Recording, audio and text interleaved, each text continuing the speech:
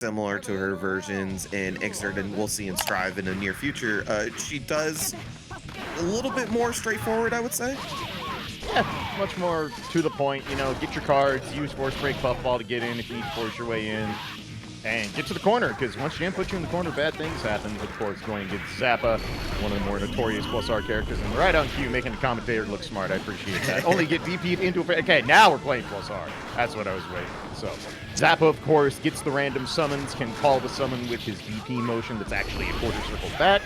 But we get Puffball into Ryujin, going to be good damage, but not enough for a knockdown because only one card. But right now, Rumper going in.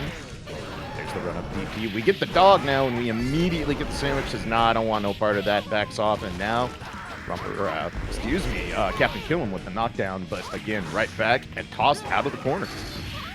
Yeah, she's doing really good to keep the pressure up and like not get overwhelmed by Jam, but Rumper is doing really well to just kind of get out of the way, not be in the middle of summons between sword, you know, not get sandwiched. That part's been really, really good. Finds the conversion and takes the first round.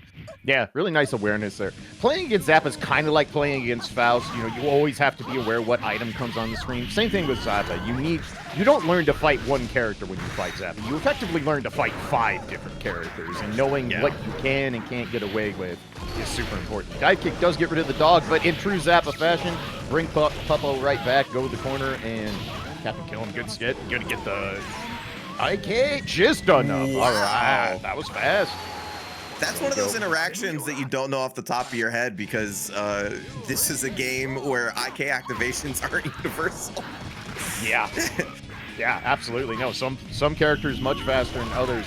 Zappa, you wouldn't think would be the kind of character, but Zappa has absurdly high stun modifiers. Cross under Ryujin. Smart to take the card right after there from Rumper. And then just kind of feeling out. All right, swords on deck now, and the immediate poke in. Get some orbs on deck, goes in with the low and earns the burst. Now the doggo comes in the middle. Yeah. And kaptinkillem has a lot of meters. She's doing pretty well, bursting for that momentum, trying to keep that advantage and resources over their opponent. And just not finding a time to really use it all that much, but it's not that big of a deal just yet. But Rumper gonna find a good hit here and just gonna go for regular card. That's been a thing I've been thinking about, is, you know, not seeing a lot of force break cards. Yeah, right now kind of using the meter just to stay in, but it's doing well, and Rumper going to close this out with the corner combo and take it 1-0 here in the early spot. Really good adjustments all around, actually. Like you said, you know, forsaking the easy use of meter with Jam, which is typically to use the force break card, which gives you all 3 effectively right out the gate. But going, you know, these situations, sometimes the dog's behind me. We haven't seen much Ghost yet, so I haven't really had to navigate around that. But sometimes as Jam, it can be a pain to get in. She does have more or less the stumpiest normals in the game, and sometimes you just go, I have 25%, I would like to go in now. Yeah, it seems like that's the plan for Rumper, is like using a lot of that meter for Force Break Puffball, which is Strike and Ball, so great way to find their way in. We just saw it right there, but didn't work that time. kaptinkillem finally getting Ghost, and she's doing really well to kind of play outside in, just, you know, let the Ghost do the dirty work and kind of find their way into there. Goes unsummon, resummon, gets Ghost again. RC doesn't get much out of it though. Rumper finds a nice knockdown. Yeah, nice challenge there with the duck jab. Gets Rumper out of the corner, and now we go back to neutral force break. Puffball gets another knockdown, but this time gets the low. That's typically how you combat Jam's dash in, is try to hit her with long-range low. Ryujin, nothing doing, and now the Ghost is out. I feel like Ghost is probably what kaptinkillem wants the most in this matchup. Every character tends to have at least one regular summon they don't want to deal with, including this one, by the way.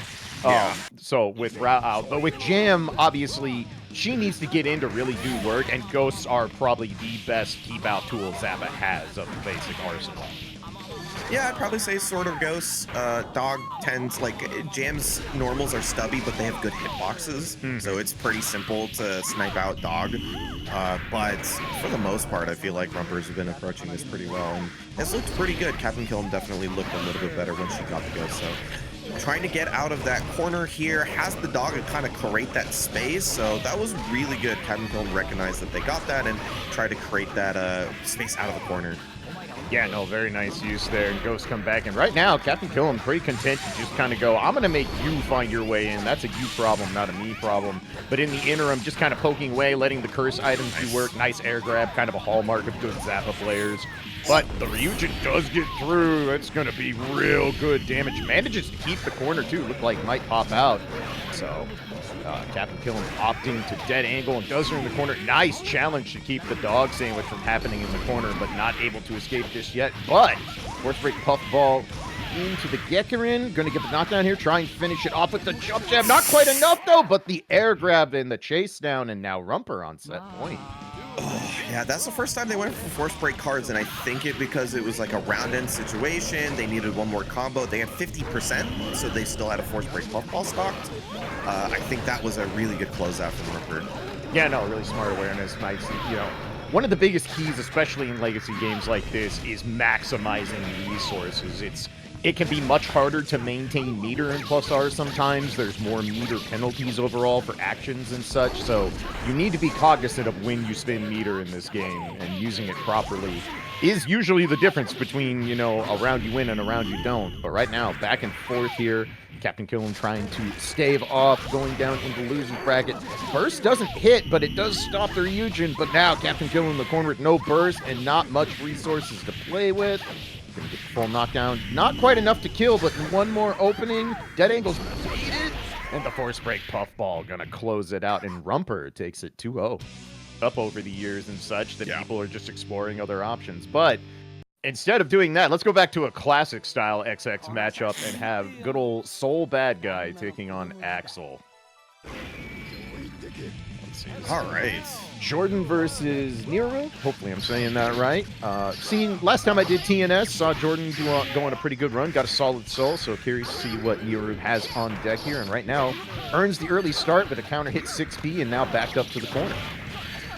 Yeah, try to get the conversion with the Sidewinder, but nonetheless, nothing's converted nicely, but we're in the corner where we want to be. Get the burst out as well. Nice run up 2S, by the way. Perfect spacing for that. Yeah, no, very nice use there. Nice use of GGAC to just control airspace. Nice block on the Banner Revolver. Nothing doing. Going to go in the sideward. Oh, but the drop does burst back. So Jordan's still with a little bit of life here to work. Doesn't FD the 5K. Gets the knockdown. Not quite enough. Waited for the air tech, and then Rasa and Geki are going to take it 1-0 here for nioru in game one.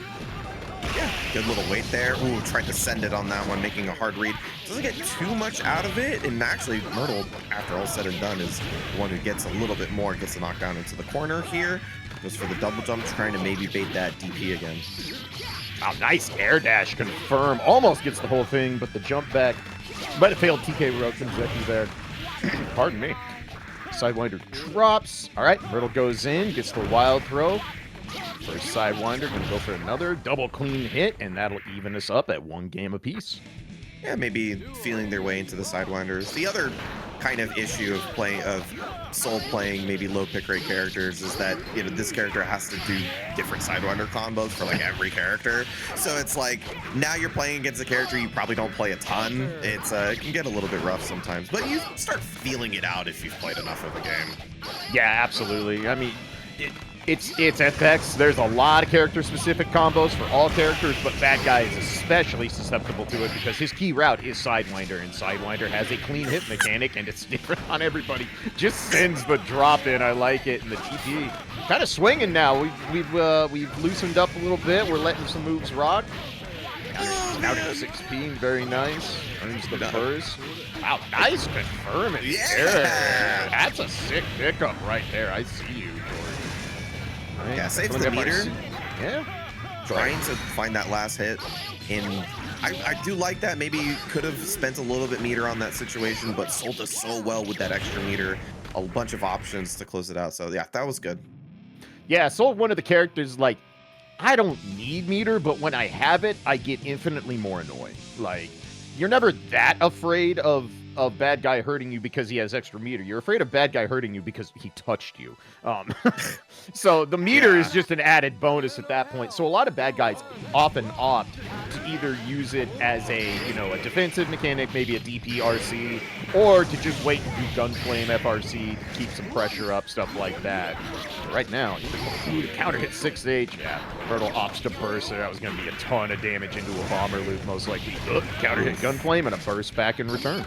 Yeah, gotta definitely not take that damage. It's gonna be huge in any situation where Axl gets to sit back in the neutral. It's looking pretty good, but Myrtle's making some really good reads on nioru's options, and it's kind of been difficult for nioru to find those hits. I mean, that was a great 5H, but you just need that conversion if you're Axl. Yeah, it kind of looks like Myrtle is content to just kind of play the Axl RPS. You know, it's like, am I going to yeet you, or am I going to wait, try and dash in and FD in the last second? And so far, been getting in quite a bit, but nioru gets the anti-air into the full confirm, and Myrtle goes down 0-1 with a full stick of tension, as we were mentioning. Yeah, a little unfortunate, but that drop combo definitely didn't do them any favors. nioru, oh man, the riot stops actually worked out more than once, that time for mid-screen. Gonna get 3, all right, 34th, a little harder. Counter strike DP not quite able to pick up, but does maintain the corner. Crouching H gets the counter hit. Another just counter hits back and forth. Swinging and interruptions, the name of the game at the moment. Nice run up DP in the RC. Gets the burst out of nioru. Kind of a late round burst and not going to get anything out of it. So, going to go into this set point round for Myrtle with no burst on deck for nioru. And instantly the far slash into the Gunflame. It just runs up and meaties. Yeah, didn't respect that. That was a 5H they did before as a round start, and just maybe read something else in that situation. Gunflame FRC, just trying to keep that pressure up. nioru tried to get out of the corner, didn't get taxed too hard. And oh no, maybe expected the HDP instead of the S1 and ran up a little too far. Yeah, it's... if you played +R net play enough, we've all done it. Nice bait on the burst for the close out there. Myrtle gonna take it 2-0. But everyone has had that exact nightmare scenario. Yeah. Most recoverable move. Hate to see it. But now we are going to have Pez taking on MaidenHeaven. I might know a thing or two about this matchup. It's interesting. I find this to be one of the more interesting matchups Anji has, because Anji is a character that struggles with some characters that maybe aren't considered quite as strong, but fights many of the top tiers really well, and Testament is one of them. But the key is not letting Testament play the game. As soon as Testament gets their knockdown, gets to start the EXE piece mixed up, you gotta watch it for everybody else. Nice bait on the warrant. Holds the corner, gonna take the knockdown. Such a butterfly. I like using the forward heavy there, possibly baiting out warrant or baiting out some kind of mash there with auto guard. But Pez does get a little room to work with, and we go back mid-screen. Oh, just before the Fujin hit, unfortunately. But looking pretty good so far. Does have the meter, force breaker in. Doesn't take the plus frames. Just kind of lets it rock on that one. Again, just slightly too far to get that knockdown. Yeah, Regularine doing work, gets the knockdown there. Wow, not blocking the toes. Yeah. Oh, not able to get the running Fujin. Close it out, though, and 2H connects, and now Maiden gets hit by the overhead. Should have enough with the force break. Pez runs it back, gets a 1-0 lead in game 1. Yeah, good FD there to make the 2S whiff, and once they got that initiative, was able to close it out. Very, very clutch defensive fourth or false defense there. Yep. All right, Pez gonna get the one-hit Badlands. Set the knockdown, gonna do it again. Oh, gets the 2-hit though, so Maiden able to escape. Immediate Fujin. Dangerous burst there. Always risky to burst against forward straight green, but it connects. Pez is rewarded. Not able to get the knockdown though, but IAD's right into the net. Yeah, has to burst, but the net's still there. Yeah, that's always a rough situation if you haven't played a lot of Testament. Bursting does not remove nets and trees if it hadn't already triggered, so you got to be really, really aware when that happens. You have to burst into block, which is not a natural inclination when you just hit burst.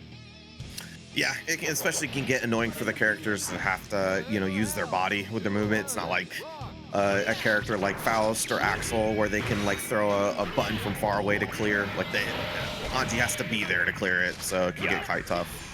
Yeah, absolutely. If anything, maybe like to see a little bit more 5P here, a little bit more of the long range pokes. We're using a lot of Fujin and Green, and any port in the storm gets the knockdown or gets the burst out, but immediately hit. So Pez didn't take Master of Puppets. Yep, only one hit though, did get the 2. So one big tree already gone, other one is planted. That'll be there until it's removed. EXE Beast, though, from downtown, gonna hit the tree. Yup. Oh, Get God. the full poison. That's gonna be a whole lot of damage into the Master of Puppets, and that's what you hate to see against Testament once that setup is there. Almost no one in the game recovers from that situation, and Pez already on set point. Ooh, last active frame of that Fujin hit, but once Pez did get, or sorry, MaidenHeaven get into this corner situation, they looked pretty good on the pressure, but there's a couple of situations where they just kind of let Pez have a little bit more room, and their offense has been really good once they gotten started. Yeah, it kind of feels like maybe giving Warrant a little bit too much respect, which is easy to do. It's a frame 2 counter. You do have to be very cognizant of it, but once you get tested in the corner, you really don't want to let them lead. But there's some +R interaction. That's what I'm talking about, baby. Sicko game for sickos. Let's go. Oh, God, man. It's not surprising. It's just funny. It's funny because you will absolutely hear players like myself and Sammy just straight up look at this game and go, this game sucks. But affectionate is the actual term there. Actually affectionate. But Pez, all right, trying to close out this second game here. Does that Master of Puppets, gets the relaunch on the tree. That poison's going to keep ticking down. Poison is so close. Oh, my God. Man, why? Why does that just win you the round? Absolutely brutal. Good stuff from Pez there, taking it 2-0, and is going to close it out. More business to attend to. We have MrPomegranX, one of the premier North American souls in +R these days, taking on Pert. So May Soul, not a matchup we actually get to see as often as you would think in +R. No, May's actually, like, along with Jam, one of the characters that maybe saw a little bit less play going into +R. We saw quite a bit of her in AC, but definitely, I think this is one of the characters that kind of rose in terms of, like, not popularity, but, like, effectiveness later on. Like, I feel like we're seeing more May now than we did, like, 5 or 6 years ago. Yeah, a lot of I think a lot of the new players that latched on to +R as it, you know, got rolled back and started growing again. Nice conversion there from MrPomegran, doing what he does, going up 1-0. But I think we've had a lot of these new players that really gravitate towards her playstyle because she is fun. She's very, especially if you've only played Xrd or Strive Mate, completely different characters than those two iterations. Yeah. Well, nice conversion on air hit 5H, by the way. That was great IED. Very difficult to do in this game. But MrPomegranX just keeping that momentum going, constantly aggressing, and Pert's been really struggling to find that that moment of respite. Yeah, not a lot of room to breathe. Wow, Pomegranate letting it rip. That is something I've noticed about Pomegranate is if they've got meter, he lets it rip more often than not. Dares you to do something about it. Nice jump out of the overhead kiss, though. Run up DP, let it rip. Nice jump out, though, of the wild throw. Good awareness there from Pert. Oh, man, the DA just trying to get a good interaction there. Delayed air dash is what closes it out after all said and done. The meter saves PomegranX and takes the first game. Yeah, I like the way he did that combo, too, staying at absolute max range, so that if Pert opted to burst, it was almost guaranteed to whiff at that point, so not necessarily a quote-unquote burst-safe combo, but because of the range of that confirm, it more or less became one, so really good awareness there from MrPomegranate going 1-0. We'll see. Pert started to make some adjustments there in that second round, so we'll see if that can continue and start getting that forward here. Yeah, there's a couple situations where, like, PomegranX is just kind of sending it like that, right? Like, it tend to be that, what I like about PomegranX as a player is that although he's really aggressive, the amount of risk that he puts onto anything is constantly variable. Like, he is going to just do this gunflame. He will also just run up DP you. Like, both those things are possible from the same player. Yeah, it's, you know, it's very easy to be like, oh, here we go, it's another Wild Boy Soul, but Pomegranate does Wild Boy the way I think you should with this character, which is you're a Wild Boy, but you change it up. You're not always, it's not always, I'm just going to send it. It's not always, I'm going to interrupt. It's calculated wildness, and if you've ever played against a pitcher in baseball who has calculated wildness, it's not terribly easy to deal with, so, right. And we're seeing that right now as Pomegranate already on set point here. Went for that delayed overhead again, just staying on the same layer. Really difficult to read, especially in a first two. FRC trying to chase the overhead. Nice double jump from Pert getting out of the corner.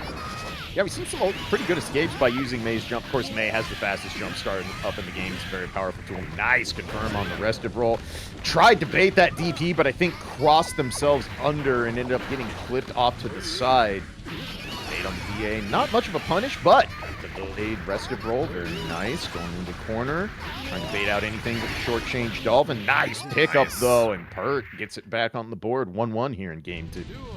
Yeah, that was the difference, right? Baits out the DA this time instead of letting PomegranX get the offense from it and just getting one more interaction. That's kind of the marches that we're playing with here.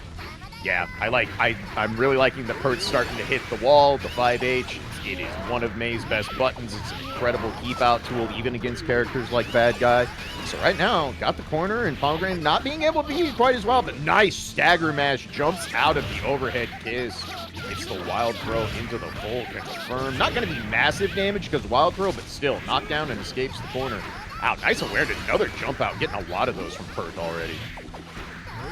Yeah, just doing really well to kind of recognize what PomegranX has been going for. Finally gets into the corner again. Rebuy IAD just trying to keep him down, but PomegranX gets a really good conversion until the DP drop. So unfortunate. Combos into overhead kiss, and Pert ties it up. Yeah, that was, man, that's one of those examples of being too good. Like, recognize that there is no Sidewinder that's going to hit clean here, so I'm going to force break Sidewinder, get my extension, and try and cash this whole thing out. But because of the range, just not quite close enough to get the knockdown, and Pert, immediately aware of it, gets the punish and gets this to a 1-1 set. Yeah, definitely feeling their way into this matchup, into the player, I should say. Just kind of making more and more reads on what PomegranX wants to do, and it's definitely feeling like they're just getting a little bit more out of the game now. Yeah, maybe adjusted to the fact, it's like, okay, there's going to be some scent moves, there's going to be some, you know, Roman canceled DPs, got to be ready for it. But right now, the adjustments are being made. Already had a baited person this round. That's going to be a grip. Doesn't quite get the knockdown, though, but another Dolphin. Go and chase it down. And just like that, Pert on set point here in game 3. Yeah, those are crisp combos, too. I mean, I think that's one of the reasons why the character got better. It's just like people started getting better routing the rest of the roll and stuff like that. And just like now she gets good knockdowns off of a bunch of other things. And it's like it's way scarier to play against this character now. Yeah, absolutely. It's amazing what a little bit of route changing can do to really step up the optimal route of a character. Nice bait. That is a full-on hard read, and not quite enough, but the run up might have been an air throw, but it doesn't matter. Still hits all the same. And Pert, good stuff from Pert there. And of course, Pomegranate only going down to loser's bracket. Probably not the last we'll hear from them today. But now we have. I'm just gonna go with Javi because I'm too white to get this right. There's no shot, man. Like I know my taking on mightyjoey. A.B.A versus Faust. Yeah, so this can be a quite annoying matchup for A.B.A. This is a character that has a knockdown at full screen for you. So it can be quite difficult to find their way into Moroha mode. And so a lot of the times you do just want to blood pack into it, but it's not even that easy. So, you know, but once you find the hit, this character does so much damage. Faust does not have a lot of health. So it really is just one moment. You have to play solid the entire time if you're Faust. Yeah, this is absolutely a matchup where it's like, what's the best way to deal with A.B.A. and Moroha? Well, the answer is don't let her play the game. Like, just do not let her go into Moroha mode. And now there's almost no life, and you should be like, oh, you know, this will probably be... No, this is one touch away from... Yeah, they're both like, one touch? Yeah. Okay. Nice. Nice call out on the jump, the ATR2K, the classic. So Joey going to get round one there. But yeah, you summed it up. I know you play Faust in this game. I'm sure you've got a decent amount of experience at this matchup. There's no shortage of A.B.A. players on net play, so it's one of those where if everything is going well, you feel like they just don't ever get to do anything. You can just shut down the whole thing. But the second A.B.A. gets in with Moroha, it's not a very fun time. And right now, so far, mightyjoey matchup 2-2. Nice. Oh, that was scary. Oh my god. We love Danzai. Oh, nice block. Just trying to create that space once again. Moroha is ticking down, but finds the hit. Might need the blood pack out of this one. It's kind of a scary situation for Joey here. Or sorry, for Javi. Yeah, ended up having to, but does get the immediate re-combo into the grab, so back in Moroha mode, but no more blood packs, which does matter a lot in this situation. Means no more Goku Moroha, so no punish on the Danzai. Nice air throw, just mistimes the overhead there. The poison, just kind of keep him locked down. Nice air throw. One more knockdown in this Moroha mode. That's bomb back, not gonna quite knock down in the air. The cancel into the super. The super again. Oh, it does so little damage. And Suka, the timer, unfortunately killed Javi in that situation, and it goes to Joey. Yeah, so close. I saw the second super activation. I'm like, oh, that got him. And I'm like, oh, right, that thing does negative damage. Yeah, it's one of the worst supers in the game. It really is. Just not quite there. But, and I'm like, oh, that's okay, not quite out. And then you saw the Moroha stun. It's like, well, unfortunate. So a valiant effort, but mightyjoey does go up 1-0. But this time, Javi getting in a little bit quicker. Got to be aware of the bomb. Nice jump in the V-grab. Really good awareness now. And now, this is where Javi can party a bit. You got Faust in the corner in Moroha. Yep, going to get the confirm. Opt for the burst there, but not letting Joey out of the corner. Yeah, and is probably one more touch here. Yeah, not going to spend the meter just yet because the combo's already scaled. We go for the unblockable setup. And, oh, gonna go for it one more time. Tried the slash back and got one, but it is a pretty hard slash back sequence. Yeah, that's one of those where just keeping it simple, not gonna worry about dropping a combo. Faust, you don't have 50%, you have no real way out of it, so I'm just gonna make you deal with it. And again, like you said, got the slash back, but you gotta get the whole thing, and that's very difficult to do, so.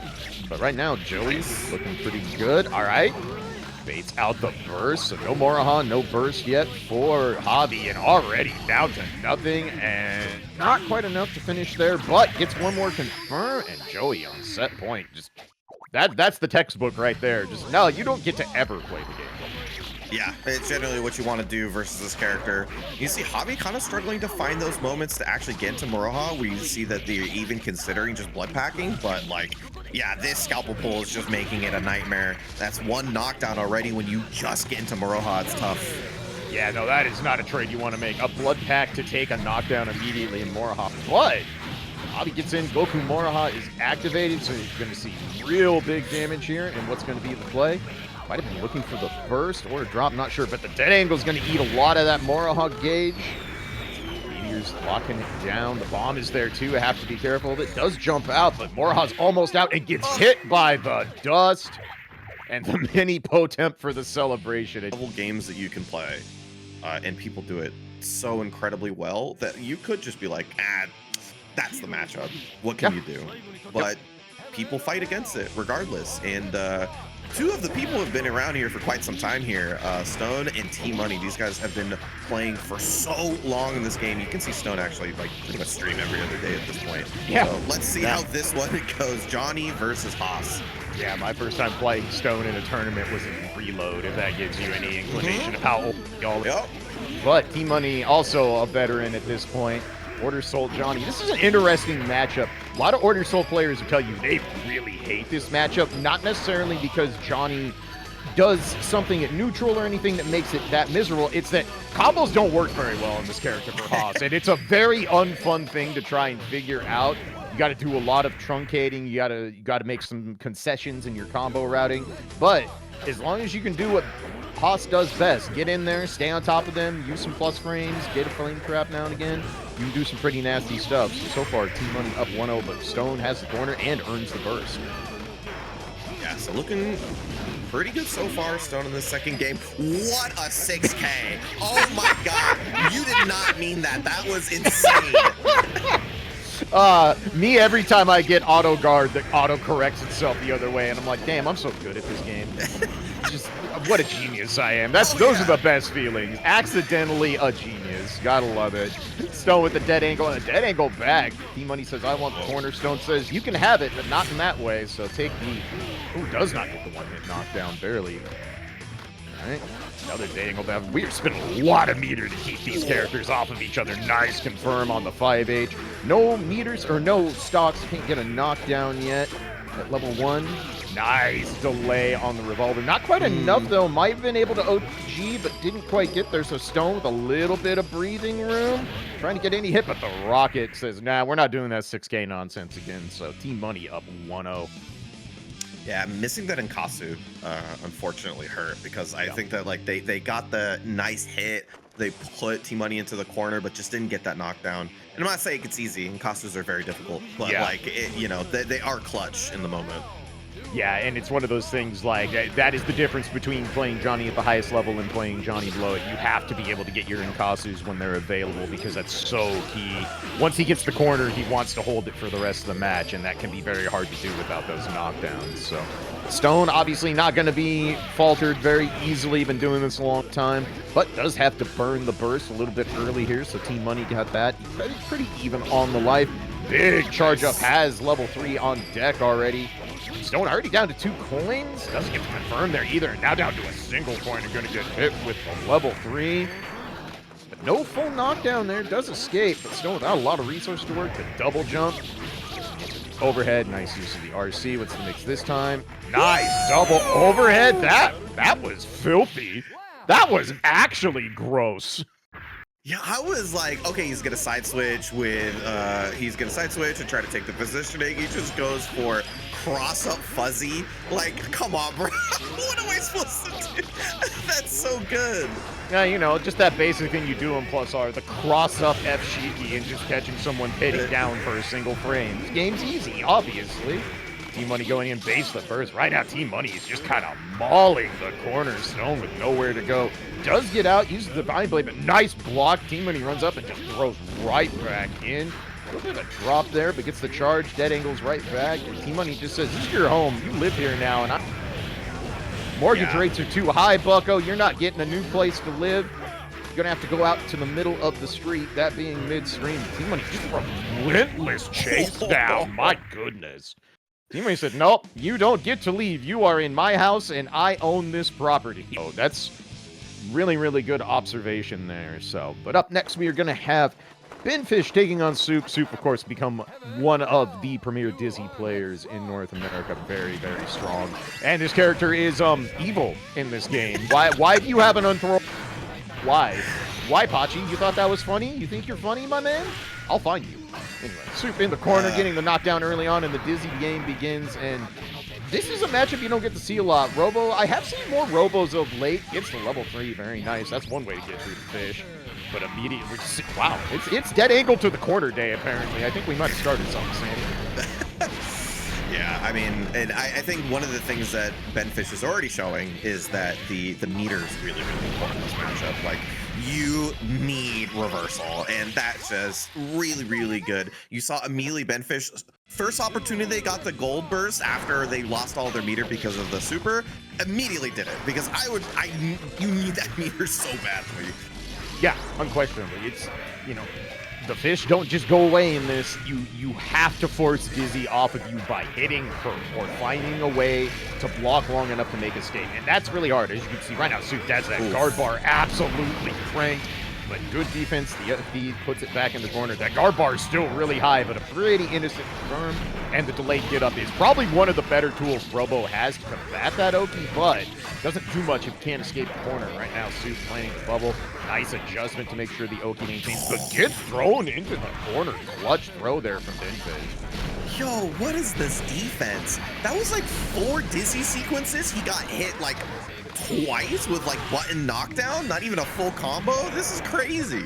Yeah, had a flashing guard bar and took what, 10% out of that whole thing? Like, that's pretty crazy defense. But the problem is if you only play defense, you usually aren't going to be able to win around. And after all of that, Soup does take it 1-1 apiece. So let's see what Benfish has for an adjustment here. All right, gets a knockdown. Just gets the throw. Reminder that this character does have a slightly better throw range than average in this game. Makes her one of the best throw characters. Yeah, unquestionably one of the best grapplers in the whole game. Nice use of the 6P. Does get out. Soup opts to burst. Force break, ice spike can in fact beat the missiles even at level 2, so a good use there from Soup. Just chasing in with jumping 2S. My goodness. Absolutely relentless here. All right, can go in. Yep, goes low. Baits the burst with the 2S. That was gross. Very, very impressive. I don't know if I've ever seen 2S used like that. That was super smart. Yeah, that was just one of those sequences you recognize that is a pretty common burst point, and then you just gatling into something else. And yeah, 2S does reduce your hitbox quite a bit. It's why it's a really strong anti-air, but in that sequence, dodging the burst, so it was really well done. Yeah, no, that's just one of those where you have a read and you stick to it and go, the worst that happens here is they're teching in the air and I figure out what I'm going to do about it. So very smart play there from Soup. Nice adjustment after that, you know, first round not going the way and then having to take, you know, a good 60 seconds of trying to break down Binfish's defense, but eventually weathers the storm and now is in with a knockdown, already a burst out of the way, so a great start for Soup. Yeah, gonna get the throw here, a little high. Yeah, on the heat, so that might become a problem in a second. I'm gonna try to see if we can mitigate that just a little bit, but yeah, getting some buttons out. However, that 50% is really, really important. Binfish couldn't find an opportunity to really set Matt and keep the aggression going. Yeah, also, super impressive cross under on that confirmed by Soup to take the corner and set up needy far ice spike. Like, that's incredible awareness right there, so good stuff from Soup, and it has them on set point already. And right now, Binfish just struggling to get that momentum going, and it's just the classic kill the fish and then get knocked down for your trouble. We've all had it happen 5 billion times in this game. Finally, Binfin opts a dead angle. Yep, not gonna work. Thank God that Super's bad in this game. Very close though. And yeah, it was.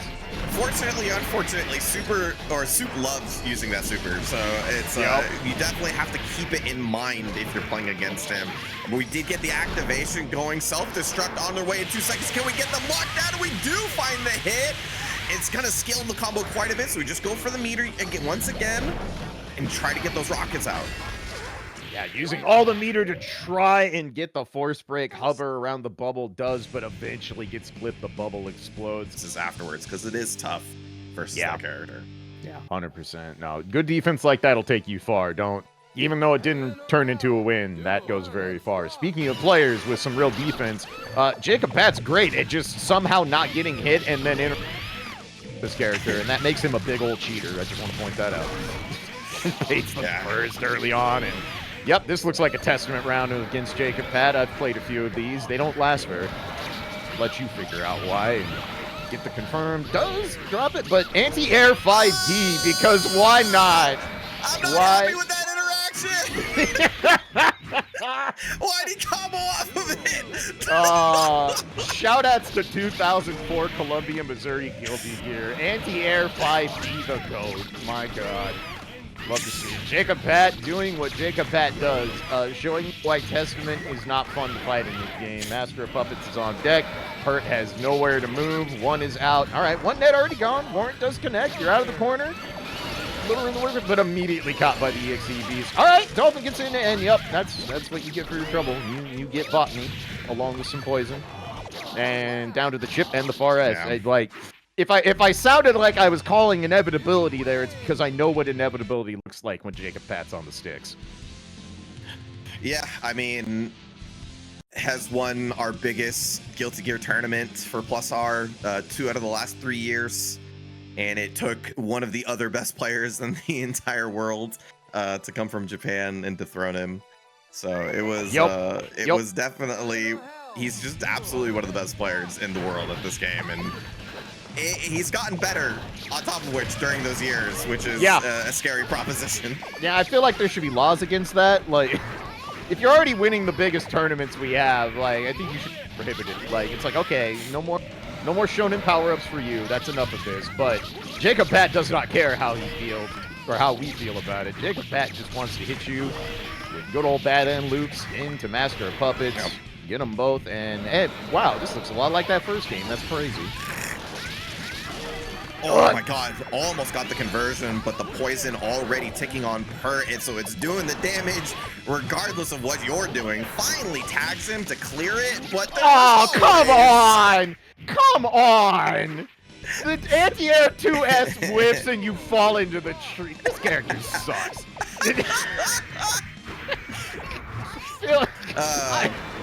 Jacob Pat is cackling. I know exactly what he's doing. He is laughing. He's yucking it up, having a great time. And you can't be mad at him because he's such a wonderful human being. But, like, come on. That's filthy. Absolutely wretched. Oh, this is nice. Wow. All right, we're bored with the basic stuff. Let's get the shenanigans in now. After all of that, we still have a fairly even round here, despite Jacob Pat being on set point. Yeah, I will say one of the things that Testament has going against them is that they are a huge character, and May loves that. So, like, they can find an opportunity to get some offense going, but, you know, that's exactly the issue. That's a big if. That's if in bold italicized font, and was not meant to be, unfortunately. So you still have to make a lot of concessions because of the 2-frame counter, and it's just, it feels very daunting, so... especially when Jacob Pat is playing. But moving on here, we're going to have Rumper coming back up on the sticks, taking on Violent Kin, Kai versus Jam. How do you feel about this matchup, Sammy? It's one of those matches where it's like, technically speaking, you have everything that you need to deal with Jam because you have really strong lows, you have good active moves to put in front of her, you don't have to be in her effective range in neutral, but the damage difference is so severe that you just need to be more right more often, and that can be frustrating at times. So it really is about staying solid. And then it's like, cool, you were winning neutral for 30 seconds? That's cool. The health is tied up. Hey, it literally... I love it when the players look smart by just showing the microcosm of the exact same thing we explained. You put it to the team. Like, that guard bar is cranked. If Violent King gets a hit, he might be able to kill Jam. Maybe. Except, nope, we're going to take the knockdown, but holding the corner.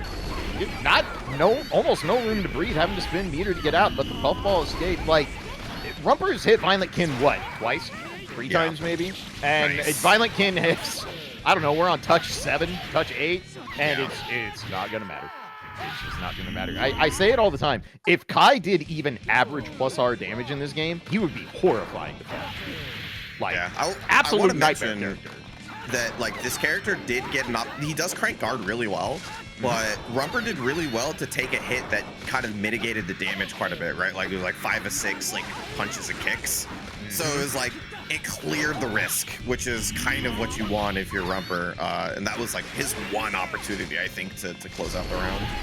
Yeah, absolutely. Like, if you're Kai and you see a flashing guard bar, you kind of start salivating because you're like, this is my one chance to actually delete a life bar, and I have to try and make it count. And if you don't, like you said, the only difference in that first round was damage disparity, straight up. So right now, again, like, Rumper playing pretty respectfully, like, showing, like you said, knowing those good active buttons exist, but Force Break Puffball eventually just says, okay, whatever, man. Get me in there, start the corner mix. We have a lot of cards on deck to play with, too. All right, nice confirm off of the 2H to see what they want to do with the mix here. After Javelin, the one opportunity that Kai really gets to do some sort of like high-low throw mix. That's definitely his best opportunity for really disgusting pressure, but unfortunately did not find the hit. Yeah, nice challenge with the duck jab there from Rumper. Kind of holding the corner. Nice parry on the falling jump as does back off a little bit. Not a lot of meter to play with. Both characters burst. Rumper says, I have a nice life lead. No need to get too cute. Last second burst does connect, but the immediate jab tabs again. Rumper going to take it 1-0. Yeah, so there's definitely like 2 kind of schools of thought for Kai. I would say probably the first one is what we're seeing from Violent Ken, which is a more control-based offense. Definitely just kind of looking for knockdowns over and over again rather than trying to play for the big hits and for counter hits and stuff like that. The other one is exactly that, is trying to look for those valuable counter hits, something like getting a close S counter hit or getting that 6H to hit, something like that. A lot of those valuable hits can be beneficial to Kai, but they tend to be a little bit harder to hit and more reads based. So we're definitely seeing that becoming a little bit of an issue because I think the damage difference in interaction value is kind of struggling for Ken now. Yeah, and the thing I give Rumper a lot of credit here, Rumper is not trying to overextend. Like, playing offense, but not overdoing it, not, you know, wasting a bunch of resources just to maintain their turn. Going, okay, you block long enough, I'll back up, because as long as I don't do anything extra stupid, as long as I don't get a really punishable move baited out, there's not that much of a threat for retaliation, again, because of the damage disparity. So we're seeing that kind of dance in and out. Go in, get a hit, take what you're allowed. You know, nothing's too special there without a card. Get your knockdown, take a card. Like, very formulaic play right now. And just content to kind of nickel and dime, because right now Rumper realizes they can get away with it. The stun going to go ahead and take it. And Rumper closes it out 2-0 and just never really able to get a foothold there for Violent King. And smart play all around, so... But up next, we're going to have Myrtle taking on Pez, so Badguy Testament. This will be interesting. Kind of expect Myrtle to be going in, playing that little bit of that calculated wildness again, because if you can get on top of Testament, you did mention Testament has a fat hitbox in this game, so those Sidewinder combos come free and easy.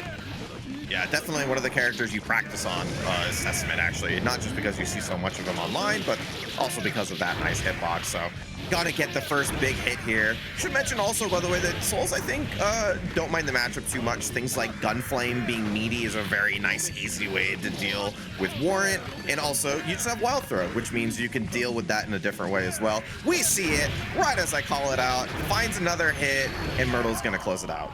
Yeah, super nice there. Badguy, of course, also has some of the best buttons in the game for going up and removing nets while airborne. Jump T, Jump H, all incredibly effective. That nice block on the overhead for the first real mix-up Myrtle had to fade there. Wow, max range 5P to just swat the normal. All right, I see you, Myrtle. Very, very nice. It's not a button you see used like that. That's crazy. No, yeah, that was wild. So I want to know if that was intended, like if that's matchup knowledge, or if that was just a 6P that accidentally tapped neutral. Either way, it was neat. So, but right now, Pez getting a little bit of momentum here, getting first knockdown. All right, we have the skull. We got Mark immediately. Use it though. Whoa, yo, mid-Grand Viper combos? I love that kind of stuff. Fancy routing. Doesn't matter if the black beat, all that damage still counts. And just doing the double jump in. Gunflame to maintain. Wow. Gross tick throw. And this should be able to close it out. Might get the burst back. Nope. We have the super. Very nice. Smart execute there from Myrtle and takes it 1-0 in the first, or excuse me, 2-0 in the first game. Definitely. Good closeout.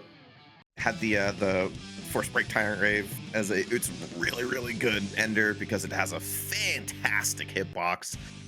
So good stuff. I love the routing's perfect so far. So, but Pez just really hasn't been able to get started. Even the one time they actually got Curse going, immediately got hit afterwards. And generally speaking, it's like Curse is kind of like a matchup thing against characters that can't dodge it. So to see it here makes me feel like Pez is looking for some stabilization in this set. Yeah, Curse is one of those things that oftentimes it's the threat of it that's actually more effective in the matchup than the curse itself. Sure. There are matchups where it's very powerful, but it's the threat of forcing your opponent to not want to be in that range where the skull is that really counts. Aggressive use of the Force Break to try and stay in. It ends up working out. Pert should, doesn't get the finish, but that's okay. We get the low into the confirm, and now Pez on the board 1-0 here in game 2. Oh, got tagged. Barely got in. Right now, Jordan immediately back in. Nice jump out of the wild throw, but gets caught by the anti-air 5K and in the corner. Jump punch, but no confirm afterwards. All right. Nice use of Badlands. Takes the corner and starts the mix-up in the reset into the 6P. All right, I see you, Pez. But does it again. This time gets Volcanic Viper for the trouble. Nice. Got jumping over the Nightmare Circular as well. Oh no, tried to press a button there to clear net, I think, and then went to the Gunflame to kind of stop that or try to get something to work there, and then EXEBs unfortunately got it. Burst afterwards from Myrtle, though, trying to take this round, but, oh no, finds a hit. This is big. Doesn't get the full combo because of the net. Yeah, no, Jordan got the hit there. I thought that might be enough. All right, takes the quick knockdown here. What's going to be the mix? The DP whiffs. Not quite enough for the confirm, no. Another DP whiffs. Whiffs the first punish. Still doesn't close it out. But jump back S, and Pez gets it 2-0 in game 2. We'll go to a third game. A lot of little nicks there, but not able to close out on either side. Multiple chances for both players to close that last round out. Oh god, that riot stomp scared the shit out of me. I was like, no! This is how you know that we actually play the game, because like we get jump scared in situations we're not even the 6 because we're like, oh no. We've all been there. But all right, Myrtle has the corner, nice jump out, but immediately the 5K and does earn the burst. So Pez does escape the corner, but now going the other side, little too high for the conversion, but not able to escape again. No real conversion, though, for Myrtle, but has taken about 60% of that health bar, but now is in the ESD picks, mister. Now, okay, nice jump out. Wow, yeah. 2D under, and the Grand Viper going to make the escape. Yeah, Pez is doing really well, or sorry, Myrtle's doing really well to get out of these bad situations in the corner. Like, they've dealt with the Tmunny quite well, but unfortunately the Hitomi was always there for the bait, the side switch from Pez as well, and the comeback is coming.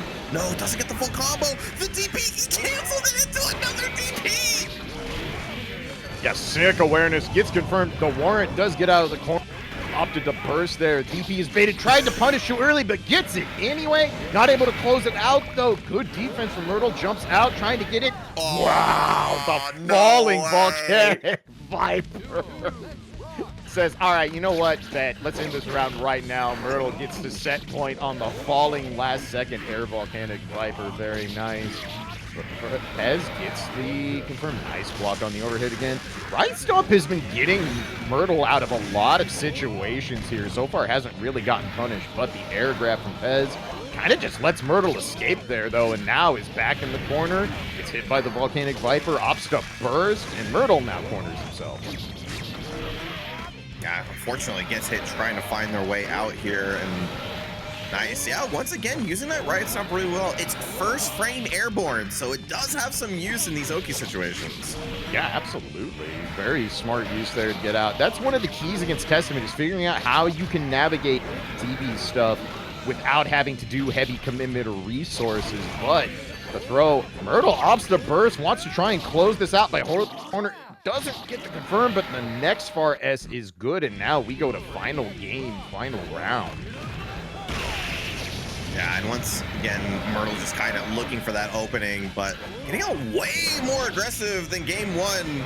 And Pez is just kind of waiting for Jordan or Myrtle to kind of hang themselves now. Yeah, right now it's working pretty well. Riot Stamp does get out of the corner, got hit. Nightmare Circular not quite gonna connect, and immediately gets DP'd for the trouble. We've seen a lot of that far S from Pez just trying to control the horizontal space, but goes in, gets ripped by the wild throw. This is going to be solid. No, drops the combo, actually, but immediately back in with the confirmed jump H. Baits the burst, and that's going to do it.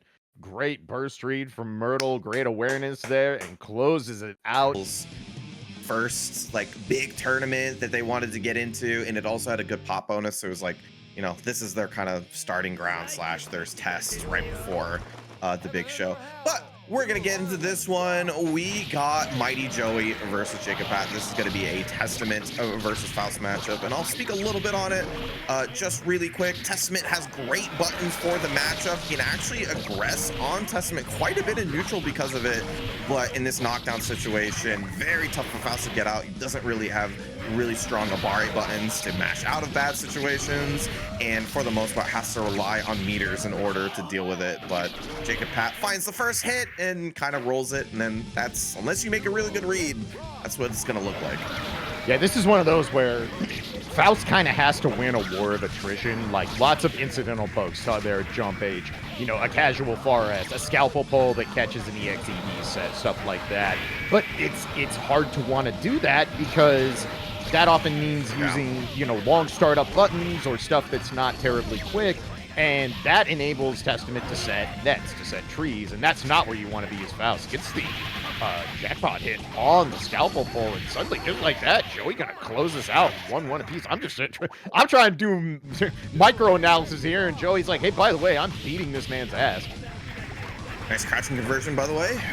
Definitely a thing you have to worry about on this character in this version of the game, but just trying to find their way in. The scalpel pulls have been really important, where GGAC+R's been trying to go at range and try to start setting up, but getting these clutch knockdowns. Yeah, I feel like that's the one thing that Faust has to show is a threat in the matchup. Otherwise, Testament just kind of gets to run ragged on the ground, do whatever they want. And right now, getting the confirm. Other downside for Faust in this matchup, obviously, massive, huge floaty hitbox. Lets Testament get those easy one-hit Badlands setups, easy setups for Master of Puppets. Ugh, the trade with the EXE Beast, not what you want here is Faust. Does have the burst back. Jacob just opts to end the combo, but does get the gold burst, but immediately into the net. Yeah. He's kind of too aware of those situations. Jacob Pat's played this game a little too often to get hit with something like a round end force break door. Yeah, absolutely. And good patience there from Joey waiting to use the burst to the last second, because Jacob Pat obviously knows it's like, you're going to be looking to, you know, not lose the game. And just opted to wait. Does get the gold burst, but like you said, Jacob Pat not going to get fooled by a random force break door trying to get your way in. And even if it connects, still a lot of work to be done. But the forward heavy starts off game 2, and immediately Jacob Pat with the knockdown, and the mix-up begins. Gets another forward heavy, and Joey opts to burst, says, I've had enough of this. Missed a super jump there. I know exactly how that feels, but the bomb does the dirty work. Bursts a little too early, and there's an opportunity for Joey here. Yeah, you know, you saw Jacob Pat opted to immediately dangle. Wow, looking for the warrant in between the Gatlings and gets the full confirm. That's the other nasty thing, is far confirms like that for Testament turn into full combos and knockdowns because of the way Faust floats. And now with that curse on, stuck in the corner, not much room for Joey to operate here.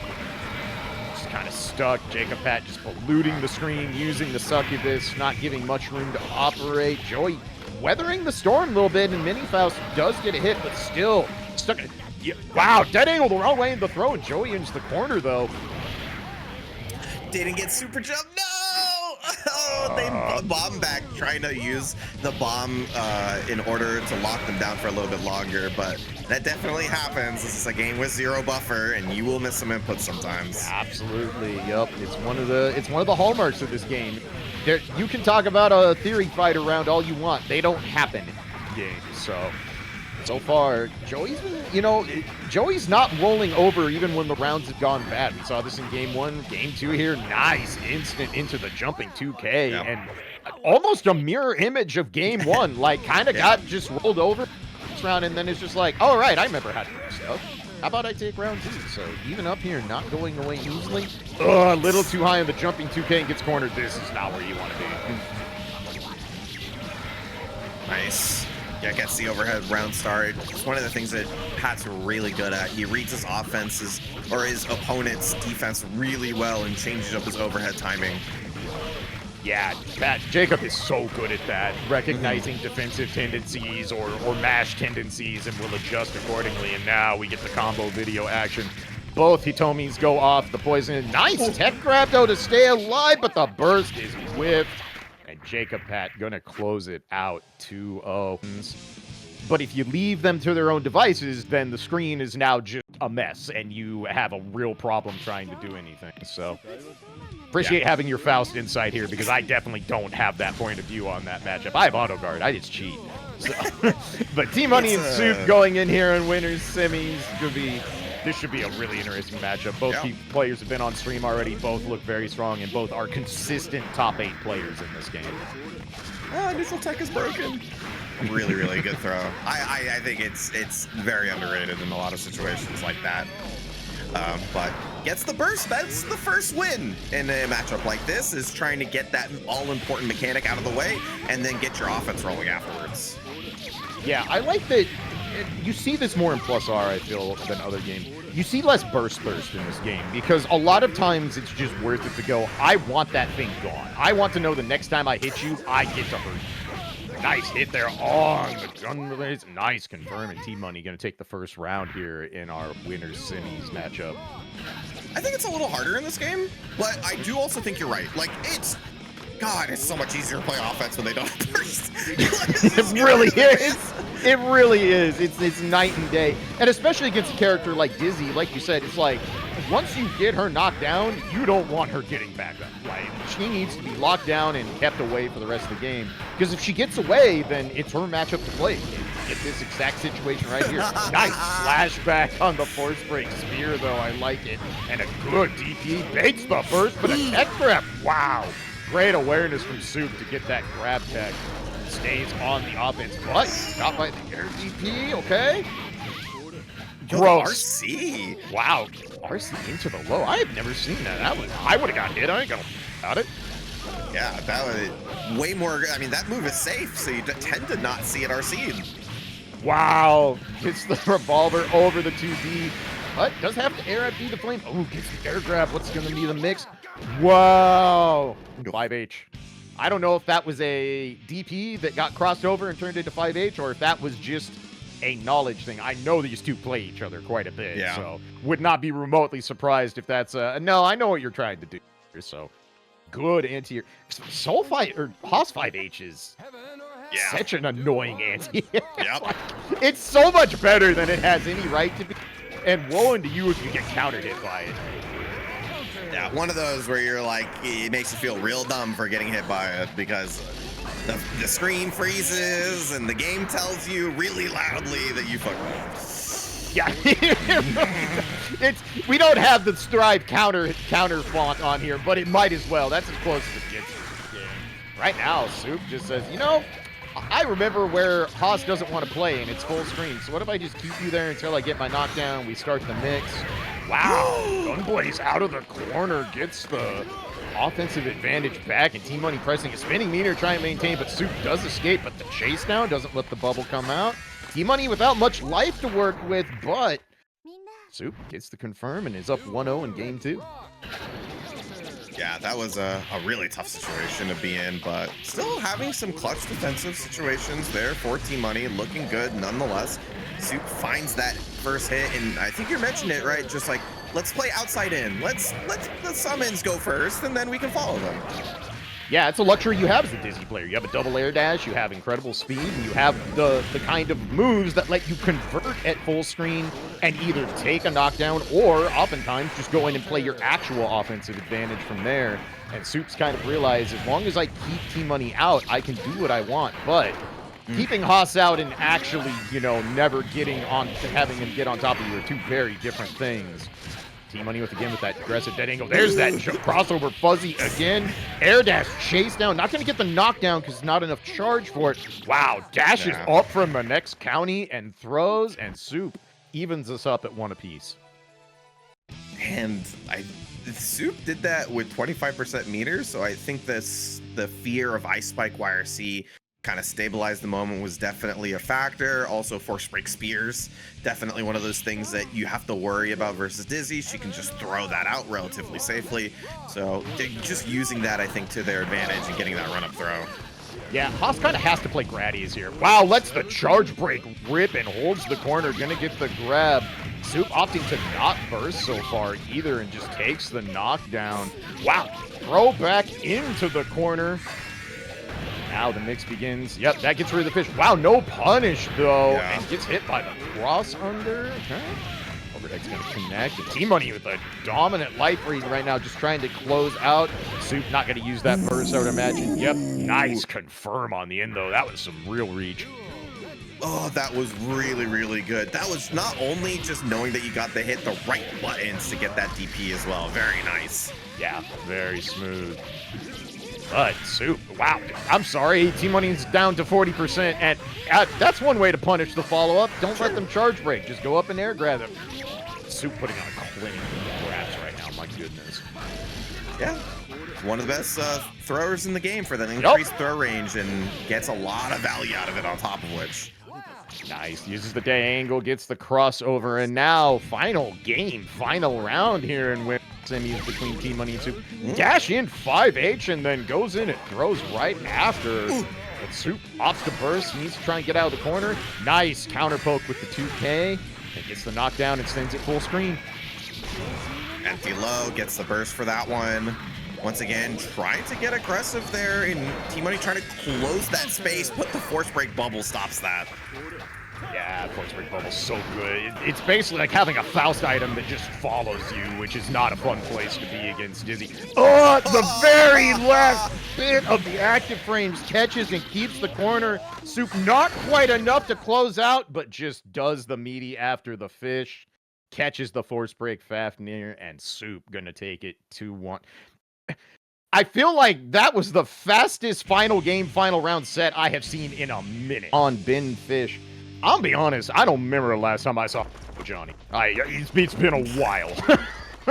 Yeah, you definitely, to the characters you don't see as often anymore, but pretty interesting matchup in the sense that Johnny actually kind of struggles being as big as he is versus Rockets, and he doesn't really have any way to like get around it in a nice way. So he's about closing that gap and getting into the space here, and then keeping that aggression going and not letting him do TK Rockets, not letting him try to super jump in and get out of those situations. Yeah, that's going to be a lot. Guard gauge was, sorry to interrupt, but I saw the guard gauge hit, and I'm like, oh, that's going to really hurt Bucko, and it sure did. Nice anti-air 6P, though. Opts to Death Super, wants to go in and close it out this way. Okay. I see you, Ben Fish. Gets the confirm. Not quite enough. That Death's going to go up. The classic. Just run up dash. Just run up Robo Dash. They'll hit a button. They're scared. They don't want to stand there. Yeah, if anything, detonations, like, just scares you. Like, there's just a number on the screen. Nothing's happening. There's just a number. Like, there's no... but it's like, oh, God, oh, God, oh, God. Yeah, no, you get in panic, even if you know how to deal with detonation super. And it's one of those knowledge checks. You want to learn how to handle that super because it is a kind of trump card for a lot of Robo players if things aren't going way. But... It's hard not to panic when that number's hitting 2 and 1. You're like, oh no, what do I do? And then you gotta remember this character has an invulnerable dash forward move. That's kind of the story of this matchup. These two characters both excel at controlling horizontal space, and it's just kind of a back and forth of who gets to control that space for longer. And so far, Binfish doing a good job just kind of maintaining, not letting. So other than that one big, guard gauge hit, Stone hasn't really gotten a lot moving on the offensive side so far. Yeah, it's just really hard to keep this character locked down, especially if you're a good Robo-Ky player. You kind of know how to navigate the opponent's options because he has multiple ways to stall his movement, kind of be a little tricky in the air. He also has good air buttons, so you don't technically want to approach him in the air very, like, willy-nilly. Yeah. Absolutely. So, again, another situation there where it's like Ben was blocking forever, but only lost about a third of his bar in the process. And now, counter hit 6-8. Yeah, that was going to sting. That was going to hurt just a smidgen. But level 3 VP gets in. Wow, challenges with the 5H. Stone returns the challenge with the 2H. And we are kind of swinging at max range here. Nice movement from both players. Throws the track hound. All right, I see you, Fish. Very nice. Nice, gets a hit off of it. Gonna need one more, just keeping that aggression going. Nice super jump, air dash out. Stone finds the room and gets that late coin to connect. This is big. Yeah, has the corner. Had the confirm, not quite able to catch it out. Gets hit by the 2H, but not dead just yet. And the heat causes Ben to explode. Gonna run out of FD here soon if Stone's not careful. Goes up with the Divine Blade and clutches it out. And now Stone on the board in game 2. Yeah, really clutch jump there into the Divine Blade. Closing that out. Just really needed something that was going to scare Benfish from doing something there. Gets the command grab, I believe the first of the set. And now we immediately go into an early detonation. Yeah, goes up, gets the air grab too, so just content to stay on top right now. That detonating super is going to go off, forces the block on the 5D. Now just gets to keep the corner. Another block on the 5D, so great defense from Stone, but not able to escape the corner. And Binfish getting a lot of meter. Nice air grab after the air missile, holding down that corner. Not a lot of heat to work with. Now it's getting up there. Jump 8. Wow, max range on the steam catches and Binfish on set point. Yeah, good presence of mind there. Some people won't go for that OTG because they just feel like it's not going to full combo, but just recognizing that that was going to kill, and that's going to put Benfish on set point. Yeah, Stone in there right now, getting some hits. All right, catches the air hit. Nice bait on the burst. Wasn't a level 2 though, so nothing doing, but One or overhead Singa does react, gets in with the 6K, and now Stone with a dominant life lead right now. Waits and he gets the throw. That was so smart. That was so smart. My guess is Stone looked at that and said, you're going to look to dead angle or do IB into level. And he's like, what if I just whiff 2 coins, let you wake up, and then just grab you? Yeah. Block coin, dash up coin. If he jumps in the air like he has before, he's going to get locked down by the up coin. And then he goes for the throw just in case he stays on the ground. So good stuff. Yeah. Very common thing you'll see. A lot of times you got to figure out, you know, a lot of times the situation you're like, okay, how do I bait the dead angle? And sometimes the best way to bait the dead angle is to not put them in block stun in the first place. And that will just catch someone either hitting buttons or freezing up. And that's exactly what Stone got. So we're on the game here. Stone with an early gold burst. Not a lot of confirm yet, but the Jackhound goes through and he does earn the burst from Binfish. But counter hit jump H into the Robo Dash knockdown. He is really cranked. Yeah, had the steam, but is able to keep the pressure up now. Empty jump into the low, just takes the basic knockdown. Heat's about to explode, not quite. Stone able to get out. Now down to 2 coins and gets hit by the pony from that. What a confirm. That was sick from Binfish. Maximum range on all of those. Lets the bazooka rip, and now on set point yet again. God, conversions are just immaculate. Also just constantly doing this really nice 6-beat round start. Obviously hitting a lot of Johnny's buttons that he wants to do in that range. And it's working out quite well. Stone, fortunately, doesn't get that knockdown, and Ben's going to take advantage of that. Yeah, no big confirm there. Not able to get the knockdown after the JD, obviously, and now Stone just using coins to try and maintain offensive advantage. Using FRC on the Joker trick. Does get the hit, should be able to get a decent confirm. No, needs to get the level 2 online, but it is there now. Overhead. That's the mix. Does it again, it gets blocked this time. Burst to keep the corner. Oh, doesn't finish the combo though. Spinfish escapes. Right, waiting. Nice use of the 2S, but the combo drops and Stone takes the advantage. Final game, final round between Binfish and Stone. Yeah, but Stone had to use that burst just to try to keep the momentum. I think he wanted to secure that round more than anything, so was willing to use it. We did see Ben use this burst early, and Stone finds the hit afterwards. He's in the corner. This is big. Yeah, Binfish is able to escape, and that coin didn't hit, so now Stone is back on level 1. He's going to have to uses the Jackhound Force Break. All right, opts to not burn a coin there. Just keep the pressure up. Just doing basic miscancel pressure at this point to try and maintain the advantage. There's that 6B. Gets Ben some room, but he's got a lot of work to do. Gets the meter grab, and now Death Super. We're going back to the beginning here. Stone Weather Storm, nice jump out, but the 6P chase down. Wow, just gonna spin everything to stay in, and the Death Super stuck the leg in. Oh no! Activates it. Oh my god! Scrambling here. Nice interrupt on the 2S. Death Super running down. 3, 2, 1. Catches the 6P. Oh, Stone's gonna run out of FD!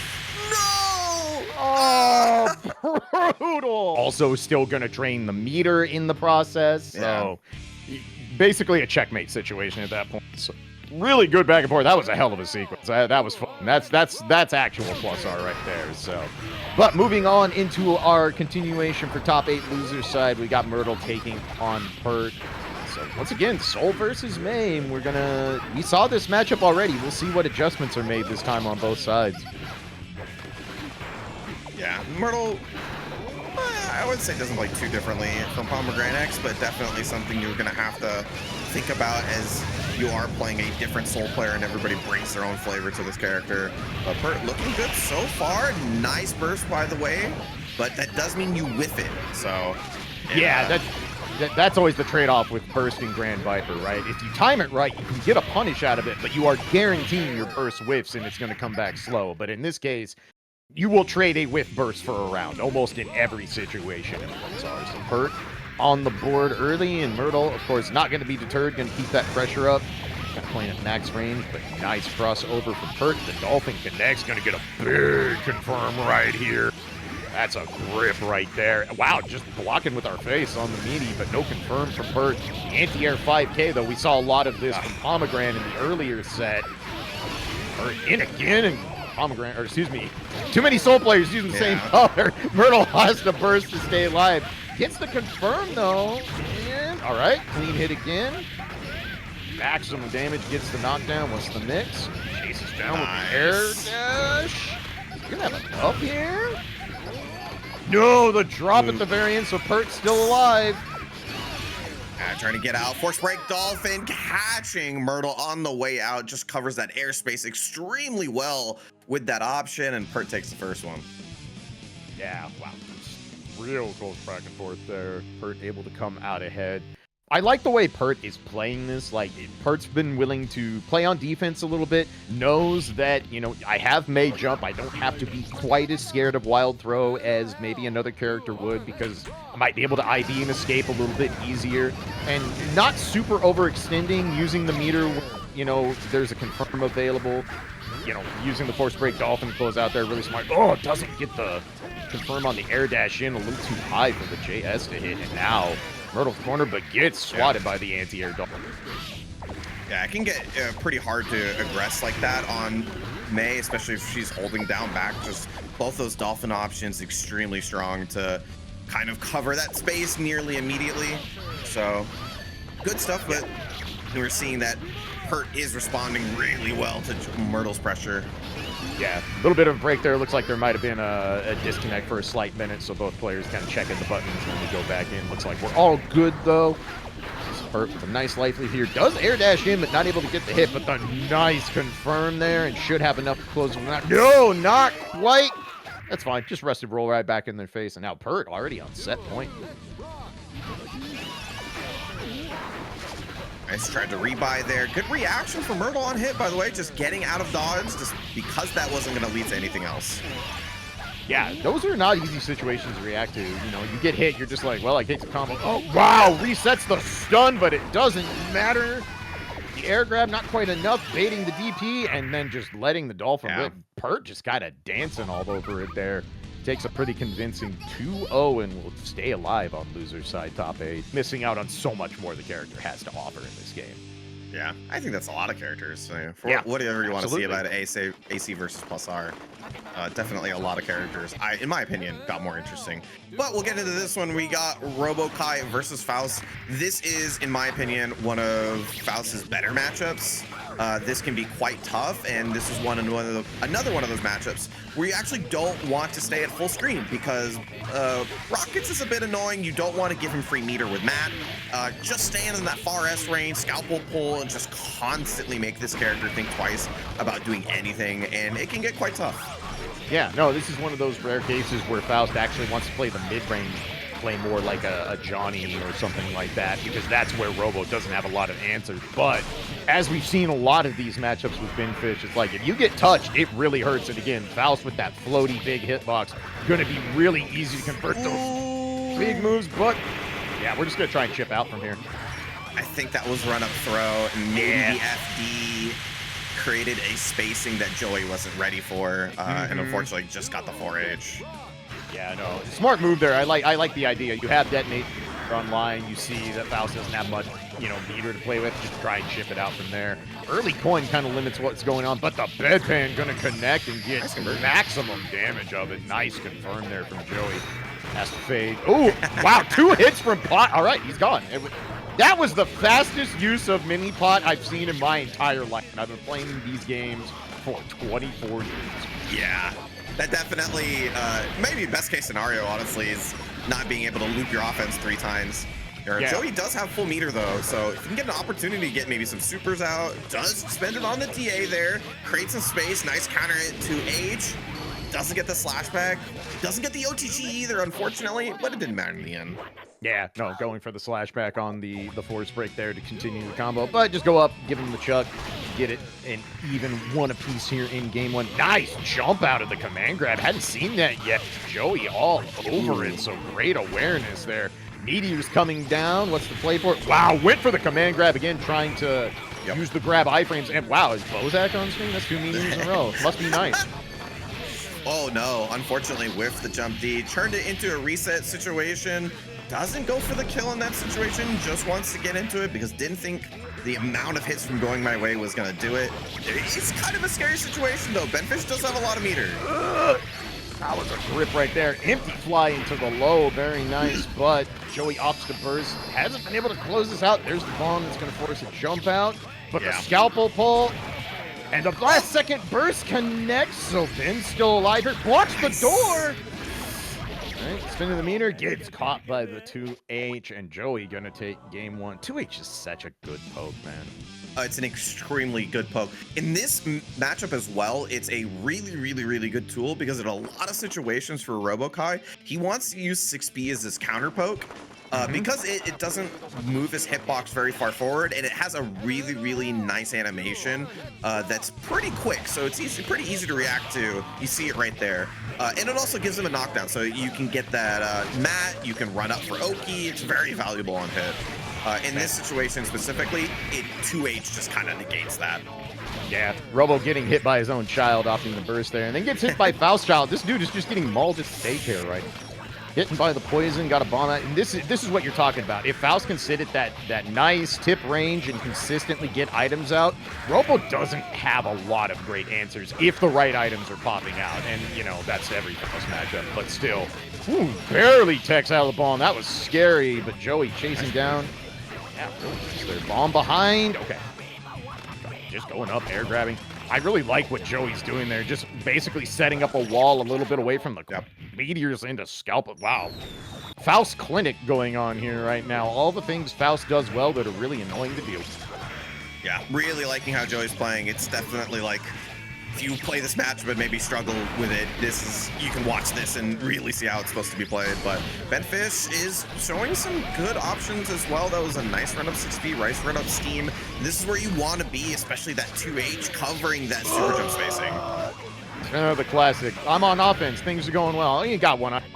Because of course, does get Joey out of trouble. Mostly even on resources here. Joey with a lot of meter to play with. Nice air at B. Does keep himself from getting wrecked on that, because that was going to be a counter hit to a lot. So watch that bomb. Yep, jump out. Nice low jump H. Snipes the air hit there. First time he tried to go for like a neutral rocket situation, and then he gets hit out of it. It's like kind of the struggle is you can't even get that going to cover your offensive space. Yeah, both players are getting a lot of hits, oftentimes counter hits, but they're so far range that neither of them are really take advantage. Counter hit 2H. Ooh, went for the second one, nothing doing. Now mini Faust coming up. That rocket will come back down. Got to be prepared. Nope, got hit. Okay, yep. Oh man, it's so unfortunate Benfish has to deal with all of these items, and like Joey's just gotching on the other side of the screen. He's just like, this didn't win neutral. This didn't win neutral. Okay, cool. There you go. Something they shouldn't. When there's a mini Faust or a mini Robo coming for your feet in the middle of that, it's not very fun. Not at all. But we'll see Joey a little bit. In a little bit. You got Pert versus Tmunny getting a little bit closer in range, as both these characters want to get up close and personal and see how this goes down. Yeah, both characters very happy to be in the air as well. Of course, Haas has the short hop made with the super good jump in the air button. So this is one of those matches that'll be played all over the screen until someone can really secure a good knockdown near the corner. So nice go up chase with the JP, but immediately Pert back in. FE Dolphin and the 5D. Big stop burst. That soul is gone, Bucko. You owe this man $1. Yeah, sometimes you take that OS on the burst just because it's like, cool, I'm out.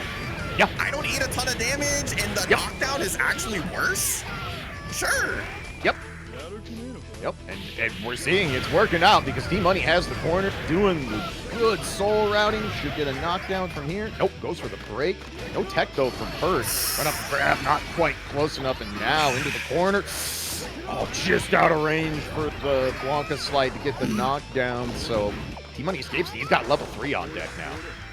Yeah, finds a way, sends it on the overhead. Definitely unexpected when it's that close, when it's not in a block string on top of which. So just good presence of mind from Tmunny there. And even if it didn't work out, you still would have been in a good situation. Yeah, definitely. A couple anti-air rockets. Nice use of just controlling space. All right, good punish on the whiff DP, and we set the knockdown. Tmunny with good defense. Gets caught by the jump H though. Gets the knockdown with rest roll. Instant overhead, but doesn't get the confirm afterwards. And Tmunny chasing down.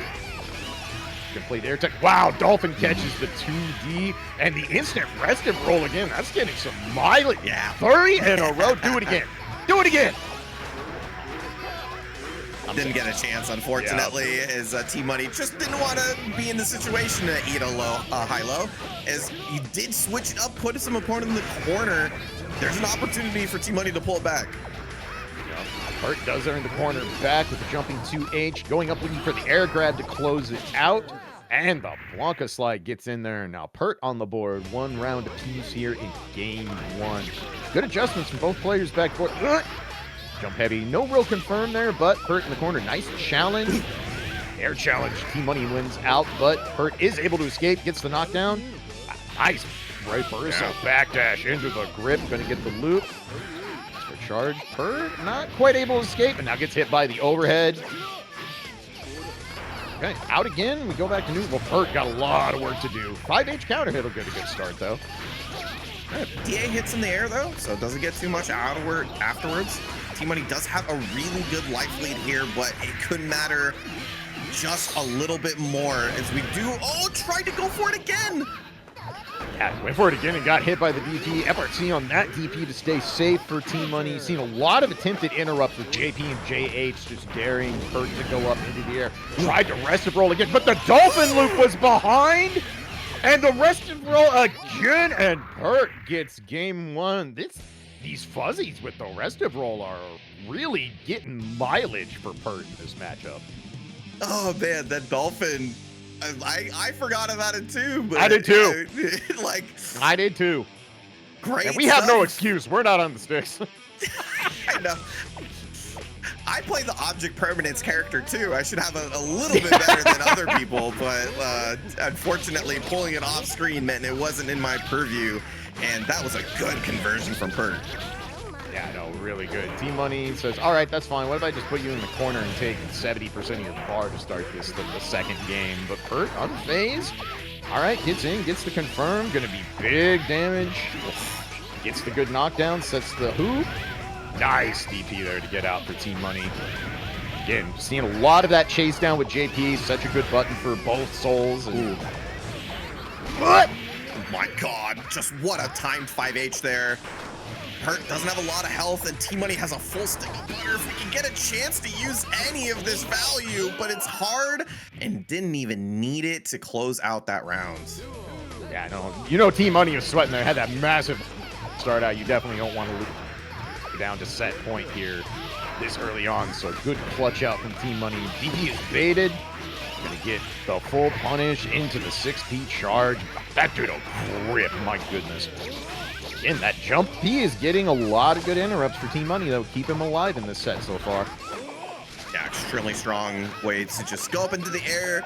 Great hit bars. Also reduces his hurt box quite a bit, so just using that to the best of his advantage. Pert, however, high life lead here. Not a lot of situations for Tmunny to work with until that 2HRC finds the overhead hit and gets the burst. Yeah, able to get the burst out of the way. So next hit can be some real juice behind it if he can find it. Right now, Pert just kind of jumping around, daring Tmunny to run into a button. Whoa! TP's the rest of it. That was so far. What? That was so far away. I don't even know what he hit. I couldn't tell it was so far. I have to think it's like a far S or something. That's the only button that I can think. But like, I didn't even see the animation before the jump H counter hit it. What? Oh my God. Oh, the throw, quite the enough. OTG. No, the 2H, the run up meterless 2H closes it out. Man, that counter hit was the difference right there. That was wild. I like just saw the sudden counter pushback. I'm like, what happens?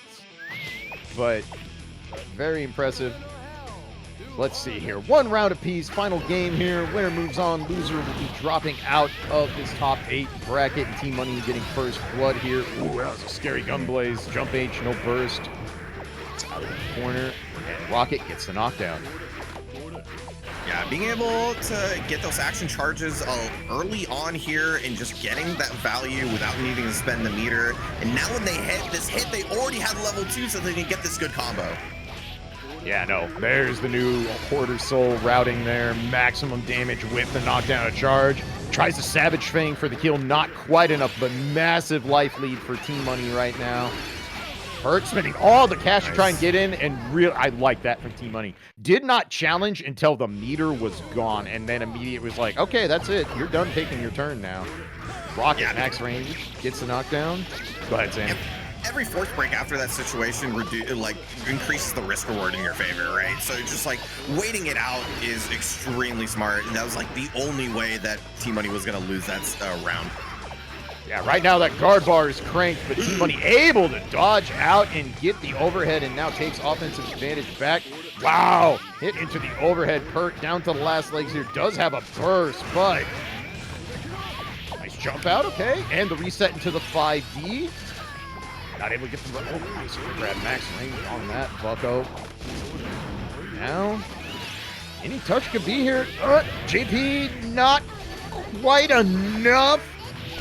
The 5D hits again and takes. You said it earlier, Sammy. Take the option select because it's just an air throw. Like being in the audience for a top 8. So if you can make it out, absolutely. Time. And speaking of top 8s, we are back to business. Winners, finals, Jacob Pat taking on Soup, and this should be fun. Yeah, definitely two of the people that you would expect to get top 8 at any offline, no matter big or small. But these two have also just pushed the boundaries of their characters so far, so really looking forward to this one. Yeah, this is such an interesting matchup because obviously both these characters excel at screen pollution in the way they operate, but the way you interact with that screen pollution is completely different from one character to the other. So trying to find those margins with which to enact your offense is going to be tough to do. And right now, Jacob Pat is doing what Jacob Pat does, finding confirms, setting up the basics. Nice backdash into the grab though. Now Soup has a corner. This is going to be scary. Oh, goes up, went for the fake Nightmare Circular, and does force Soup to back off. So, but Jacob Pat once again in the corner. Nice escape. Trying to close out this round. 2P doesn't go quite yet. Ice Spike gets the knockdown. D-Spike is such a good tool in so many matchups. Any of those characters that want to set something full screen before they go in can't versus Dizzy because she just gets a knockdown at full screen. Yeah, no, this is one of those matchups where Testament can't just summon it because they feel like it. Like, you gotta actually be aware and make sure you don't get swatted by that Ice Spike. Seeing Jacob Pat being in the air quite a bit as well in this matchup, probably exactly for that reason. It gives you a lot of avenues with set nets trying to deter Dizzy's air movement. Aggressive dash in with the JD. That's a move Jacob Pat loves to use. Tried to get rid of the fish and gets knocked around for it. Pretty even right now on resources and life. Not a lot to work with for either player. They're just kind of dancing around that max range of neutral. Jacob Pat just runs up and gets the low, and now the mix begins. And this is where Dizzy does not want to be. Overhead into the confirm, and Jacob Pat going to close it out 2-0 in game 1 of Winners Final.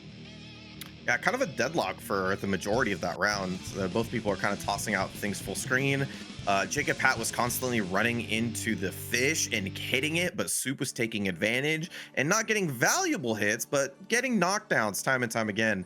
Nonetheless, though, Jacob Pat eventually found a moment where he got Soup into the corner, got the knockdown, and took that first game.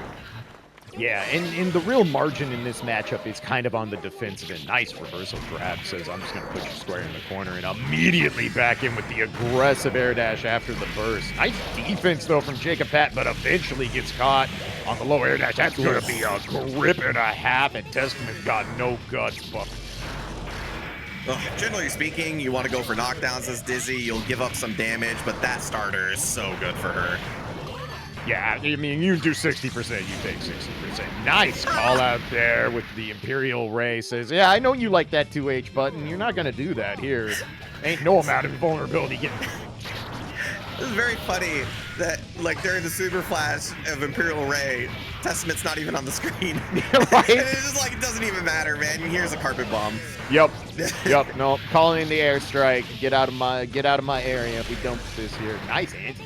Spike holds it there, but the warrant connects, and Jacob Pat with a little bit of momentum here in game 2. Has the poison, has the curse, jumps out of the super, not able to get the confirm, but Dizzy's still poisoned, still taking damage.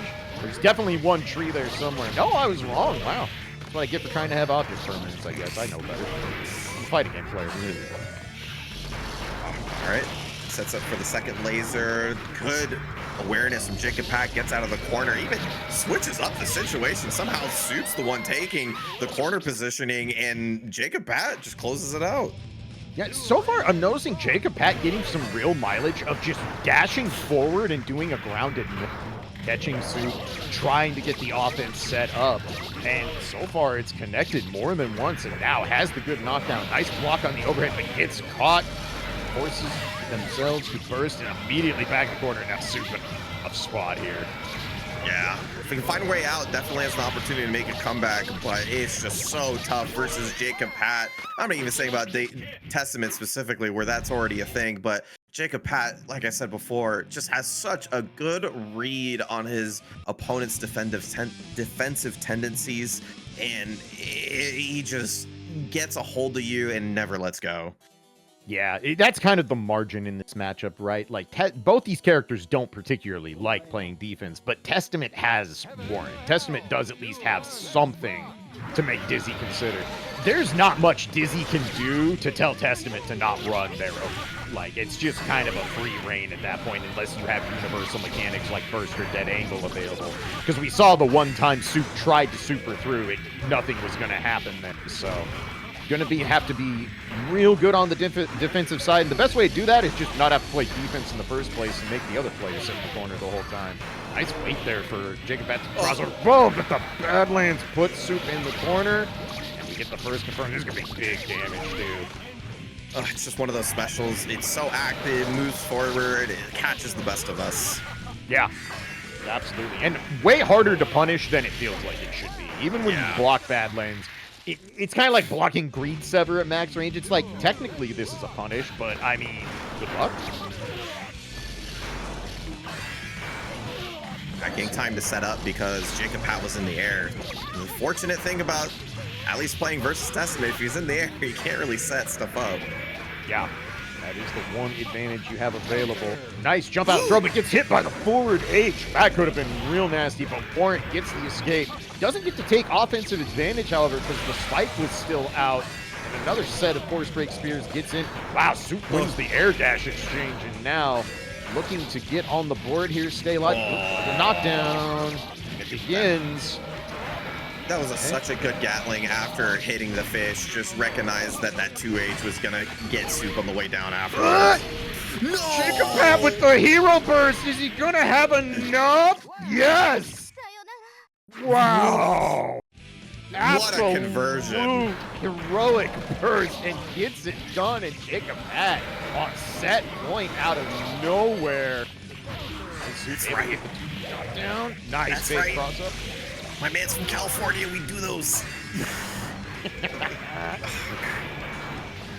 A nice defense and a jump out there from GGAC+R using that active defensive style. Now gonna get the full conversion. Soup might get a burst back, but it might be too little too late at this point. Master of Puppets going online. Now Soup in a real difficult spot. Tries to backdash out, but the Hitomi hits. All right, there's the burst. All right, the other Hitomi is gone, but the JD. GGAC+R loves that button, and he is so good at spacing it in those exact situations. You probably don't die in one combo. Yeah. Which is nice. In return, however, Haas has some things that make your life a little tough. Action charge means that you can sometimes fall in the trap of trying to press a button to hit him out of charge itself. And then also secondarily, just his really strong hitboxes on his jump normals sometimes means your anti-airs don't work. You have to pick the right one for the right situation or the right angle. So that can get quite aggravating as well. Yeah, absolutely. Tmunny going to get a nice little confirm there, a little bit of a life lead.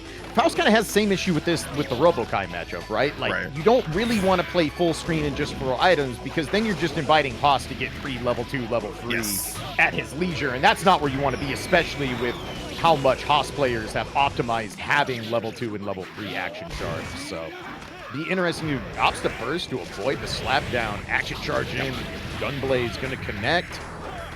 Late air dash. Go ahead. The reason why you want to burst right before the chop is because the chop part is where Faust gets like 25% meter or some nonsense like that. So when you're bursting there, you're not only denying the damage, but you're also denying the meter gain. That was such a smart punish on that block DP. Didn't wait for the action charge or try to, you know, go after the air part. Just stick the big leggy out, take your hit, and get out of the situation. This should be more than enough with the force break. Joey gonna get on the board 1-0. Close game, or close round one there.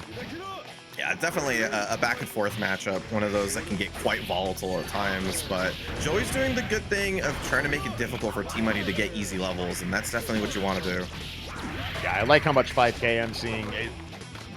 Order Soul, of course, you know, wants to play at that horizontal range a lot, has the short hop, and 5K is just kind of the perfect shutdown button. The stun. Yep, has enough time for the 6H and should have more than enough to close out with PG. No, not quite enough. Surprised we didn't see a 2K there, but might have just had not quite enough hit stun for all 3 hits. That's fine. Just do it as an anti-air. You know, it's 2K. Just hit the button. Twist the button, big dog.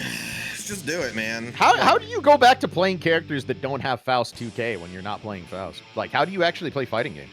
It made me a worse player.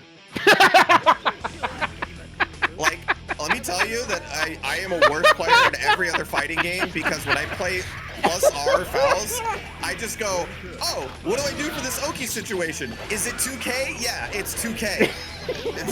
Because it works every time. Oh, where's the 2K go? Oh, that's right, in the Oki. What? High, low throws? Whatever, bro. Just 2K. It's easy. Right? It wins. Right? And then they're going to burst it for you anyway because it's Guilty Gear. Nobody's learned their lesson in 5 years. Oh, God. Nice. Stops the momentum, and Joey's looking so healthy. Has the meter advantage on top of which. Yeah, Joey's just kind of playing, like, I've seen this so many times being a Midwest player where it's just like, there is nothing more frustrating than a Faust player that doesn't have to ever put themselves in even a modestly risky situation. Oh, like, yeah.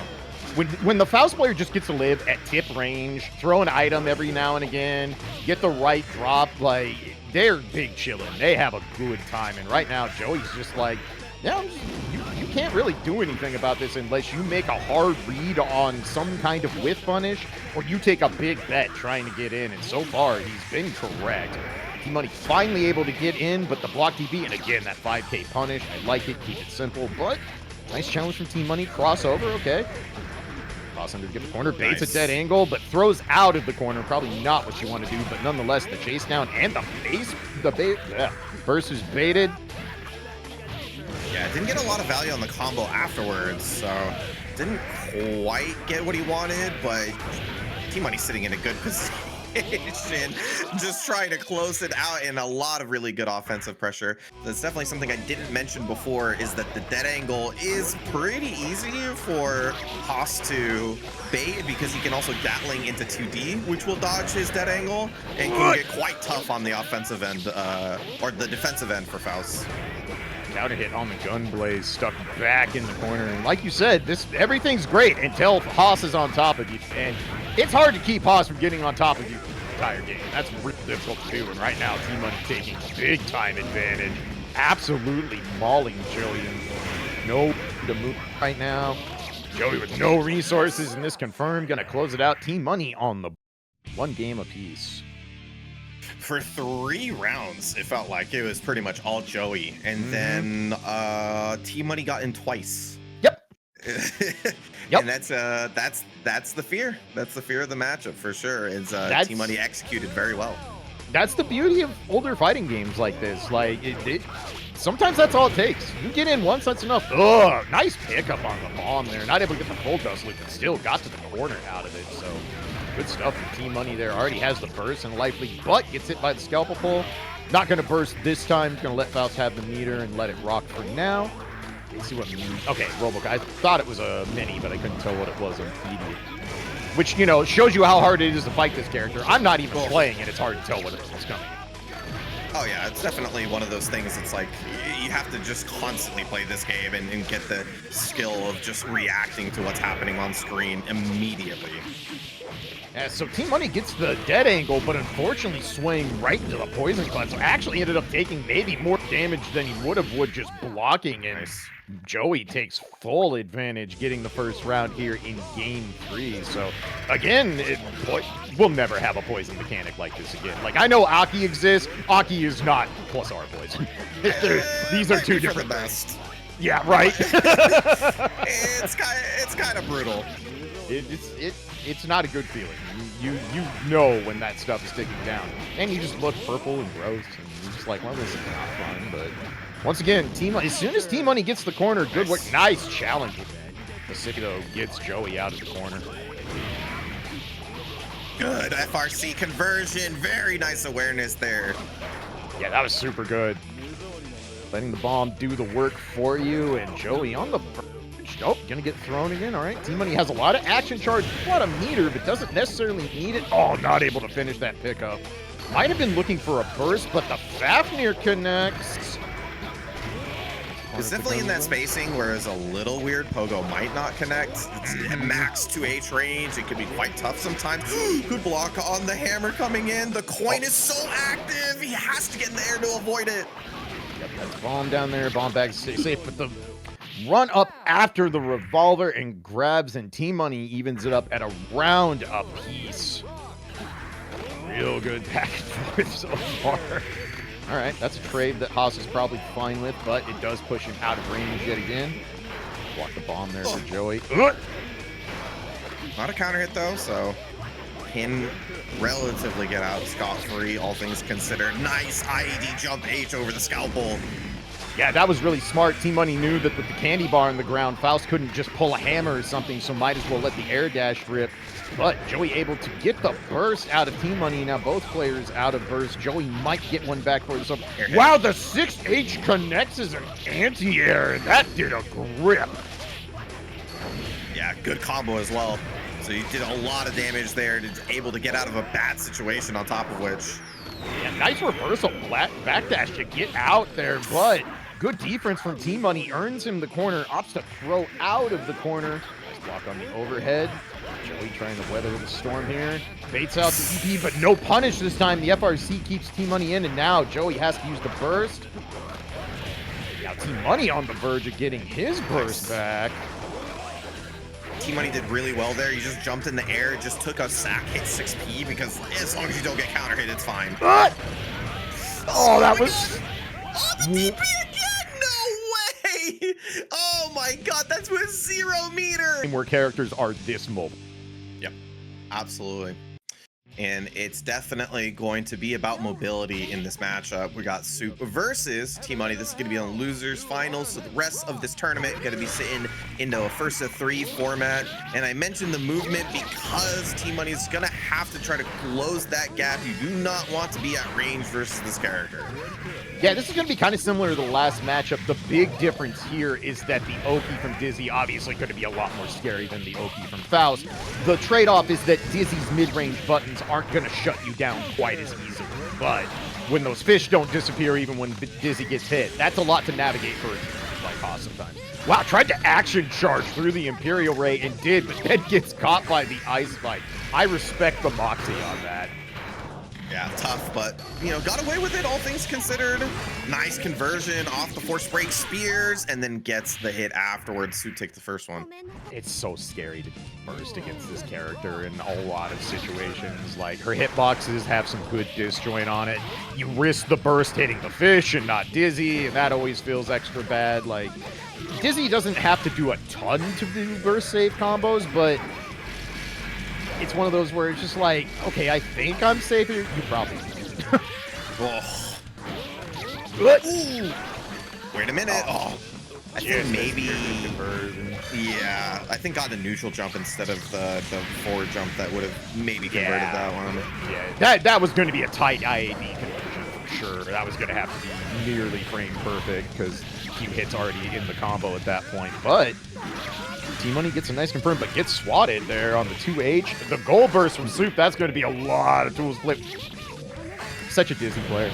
I have an entire stick of butter. What I'm going to do, dash over the next county and throw you because you're scared.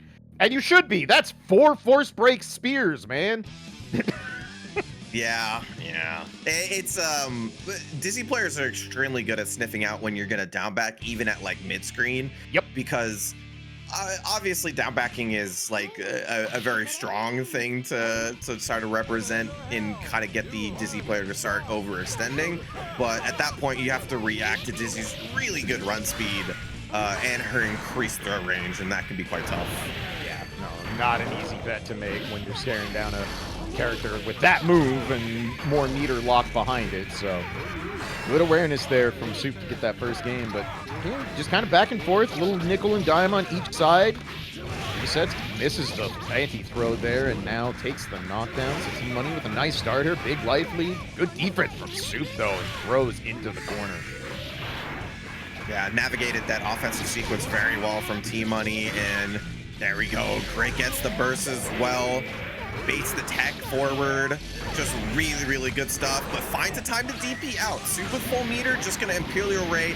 Even if that didn't hit, it would have sent Tmunny full screen and put Soup in a great position. Yeah, at that point you could set a fish, maybe do a DI spike if you want, or just wait for a minute for Haas to try and run back in and Imperial Ray once again, because you still have the meter on deck, and you don't have the meter penalty because it's an overdrive instead of a Roman dance. So very smart use of the resources there from Soup, and up 1-0 in game 2. And now, nice conversion. What's the mix? Nice defense from Tmunny. Slash back into the throw. Elite defense right there. Very impressive. Earns the corner and earns the burst. And the momentum has shifted. Opts to just take the knockdown. Interesting. But gets thrown to the corner for it, and then kind of a standoff there for a minute after the knockdown. Even after all of that, Soup navigating the knockdown really well with that backdash on the jump H. But it's not over just yet, and doesn't get the conversion, but the hit afterwards will do it. Tmunny ties up this round count. See if we can keep Soup from doubling his lead. Yeah, good awareness from Tmunny. Has noticed that Soup is trying to basically defensive throw a lot for the gaps. Again, Dizzy has that great throw range. So that time he opts to just do a neutral jump, bait out the 5H, and closes out the round. Now has the corner, and Soup is down to the last legs here. No guts, not quite enough to close out. He crossed up. Sure did, and he crossed up right into the super, so now Soup with some room to operate, but one mistake, the JP not quite enough. Gold burst is, wow. Nice stutter step to get through, and gets the throw, and Tmunny on the board, one apiece. Why'd he do that? I was like, half of me was like, wait a minute, he crossed up, maybe he got a wrong input, and I went, nothing's on D. Why'd he do that?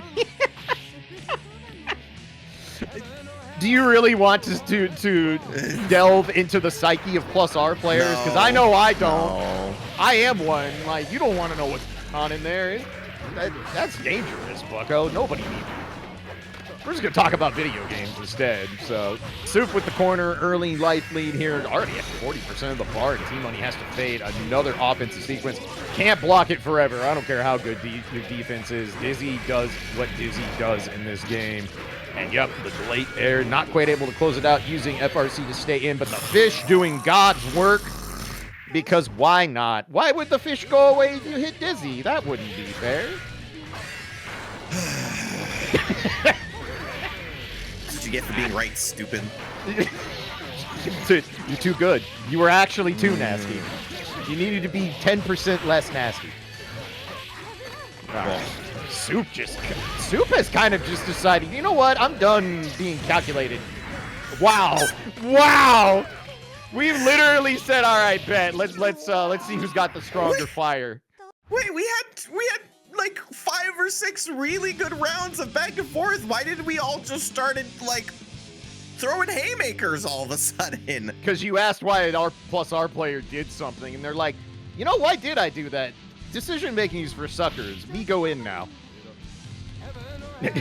God, that was this. Somehow they sent a sign to one another. Drop the hands, no guards. We're throwing haymakers until one of us goes down. Did somebody get their phone notification? Like their DoorDash is on the way? It's like, oh man, I gotta get this done. I'm hungry. Just sent him a picture of Max Holloway. We're just throwing dukes, but this time that's exactly what Soup is doing. Gross. Man, D-Spike was a good idea, Badguy. You're a genius. You're so smart. I wish I could design games as good as you. Oh, man. Anyway, so Soup is doing dizzy things. And, all right, Tmunny is in. Big damage, all right. And the 2H, wow, lets it rip. He's either dead or stunned, take your pick. It was one or the other. That's a very funny mix-up because that's a 75% high-low. Yeah. Very dumb. Yeah. Again, like, we've circled back around. We've overflowed the smart value. Players were being too smart. Now we gotta actually be maroons to get the other person to get opened up. Nice run 2D, beats out the ice spike. And now Tmunny, you wanted the back and forth. Well, here we go, but just not in the way you were asking. But you are getting back and forth now. Nice. Oh, Necro Unleashed! Wow. Actually catches. No, don't do it! Not like this. Oh, man. Actually, whoa, didn't close it out? Okay, my bad. I thought that was round. No. Never mind. Counter it. That's so unfortunate. I swore that hit. I think I imagined rollback in my own head. I might need doctor. I'm seeing rollback when there's not any. Oi. A little unfortunate. Very. But, at least knowing these two, I don't think they're gonna mind one more game. All right, so we've gone from calculated high level, knowing matchup play to swanging. What's on tap for the final game? What are we doing? I'm excited. Let's go. Wow, that's a bold jump H and it reaches, but Soup does end up in the corner. Tmunny's been throwing out of the corner a lot. I'm kind of curious what if it's just the option select input or if there's some method to the madness on that. I would be real curious to know. Because most time, obviously, Haas wants you cornered. That's where throw becomes infinitely more dangerous, and obviously keeping the pressure on gets that much easier. But now, Soup doing exactly that in the other corner, and yep, that was decent. Okay, the drop though, Tmunny with a little bit of breathing room. Imperial Ray, nice super jump over. Spirit gets the hit there. Soup just looking for any straight hit, but gets caught by the DP. Wow, the wrong way on the JT, and what a confirm from Tmunny. Tried to slash back and got hit afterwards. That was a sick pickup off that cross under JT. It really that was wild. I was not ready for that. But apparently Soup is, and now Soup on set point, by the way. We did get here. Kind of lost the plot there for a minute. Whoa, what a throw after 5K. That was really good. Yeah, I've noticed Tmunny not committing to those throw baits as much anymore, and Soup has just straight up gotten out of pressure a couple times since by doing so. Slashback, do it again. All right, that's a meter trade in his favorite. Nice throw tech, but wow, the delayed 5D went for the burst bait and didn't get it, or possibly Impossible Dust and messed up the input. But Tmunny's still alive now and has plenty of bar to work with. Soup does have a burst. Down. Oh, the jump K is so good as an air-to-air. And just run up Tyrant Rave. Just duff him for the final round of the set. Yeah, final game, final round, losers finals here at TNS +R number 4. And yet again, Soup, almost every round has started this way. Soup gets the corner, starts the dizzy mix, gets the full confirm. Tmunny making escape again. No punish on the DP thanks to the FRC, able to stay alive there. Action charge to the Imperial Ray again. Wow, okay. Laser just picks that up. Soup trying to close this out. Nice challenge on the run-up grab. Gets caught by the cross under run blades, but the second one doesn't connect, unfortunately, for Tmunny. Wow, that's aggressive. Went for the throw after the burst. Wow. Back on blockhead. Oh my god. Tmunny's in. Does it again. Every time. Every time that Tmunny did not bait the throw on the frame trap, he got chucked. Means to play against it, so. But we get into grand finals again. Or sorry, winners finals again. It is our grand finals. Jacob Pat on the winner's side versus Soup, who's sitting on the losers, which means Soup will need to take 2 first to 3s before Jacob Pat in order to take this. So it is a tough sell, but Soup has been playing really well, and see if he can make it happen. Yep, warmed up, nice 5-game set there, so got that going in the pocket, but of course Jacob Pat knows this matchup. These two have met more than a few times in top 8s over the last few years, so we'll see if Soup can get this reset and run to this, and for right now, Jacob Pat just doing what Testament does, takes the knockdown, starts the mix. Gross. Absolutely filthy in every way. Does drop the combo, so Soup not dead yet, but okay, going to low. That in the first round? What did I say? Yeah, like that. Who did I insult of your kin that made you do this to me? Yeah, that was raw. That was actually disgusting. If you say you blocked, why you lying? Don't lie like that. You should be nice. I'm not mad. I just want to know what I did. Yeah, right? Right? God, how do you expect me to learn from my mistakes if I don't know where I'm mistaken? Oh, the laserfish was still there. Oh, no. Missed the input. Soup unfortunately gave up tempo in that situation. It gives Jacob Pat the opportunity to get his offense going. Yeah, no, that's a big drop on that input to start the Oki. But Jacob Pat does have to relent there. Nice. Chase down. Oh, the curse. Okay. The curse actually. Wow. What? Are you kidding me? How high? Okay, how much y'all been playing each other? Good. That is not something you just do. That is not something you just do. That has to have been a situation that's played out at least once before, because that was wild. What a grab from Soup. And Soup's reward is Master of Puppets and an 80% life deficit. So enjoy your prize. You earned it. Okay, you know, got over the Hitomi with the trade. Not the worst situation for Soup. Oh, 2H. We're out. Force break curse again. It meets the fish. How did it? Oh no! Oh no! The succubus happened. No! I thought the skull hit the fish, but Dizzy still took the curse. Wait. No, you're right. Yeah, right? It hit the. Am I wrong? Did it actually? Did she stick a button out? Did I swore that fish ran square into the skull. All right, kids, I'm leaving you with your dad for a moment. I have I have to go. Hold on, yeah. What the? That was wild. Anyway, Jacob Pat has the corner, starting off strong yet again. Nice backdash into grab from Soup, though. Now Soup has the corner, start the mix. Jacob Pat, patient, gets opened up on the flinch with the spike and opts to burst, but immediately back in. Jump to S. Empty into the low. Dizzy mix at its finest. About to get stunned and or dead. Pro will get the job done, and Soup up 1-0 in game 2. Why would curse Dizzy if it hits fish? If I hit fireball onto the fish, it doesn't hit Dizzy. If Force Break Skull hits fish, Dizzy gets. That's what happened. That's wild.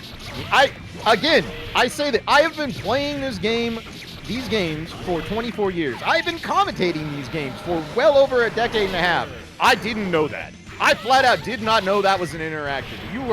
There is always something to learn in +R. Nice throw by Soup. Again, the throw is getting mileage. Has to completely abandon offense, though, because of the big Hitomi in the way. Wow, not quite able to connect the Nightmare Circular. The other Hitomi gone. Only one enhanced left. Soup opts the Imperial Rate. Wow! Gets on a challenge, but not able to get the full confirm, so Jacob Pat does escape.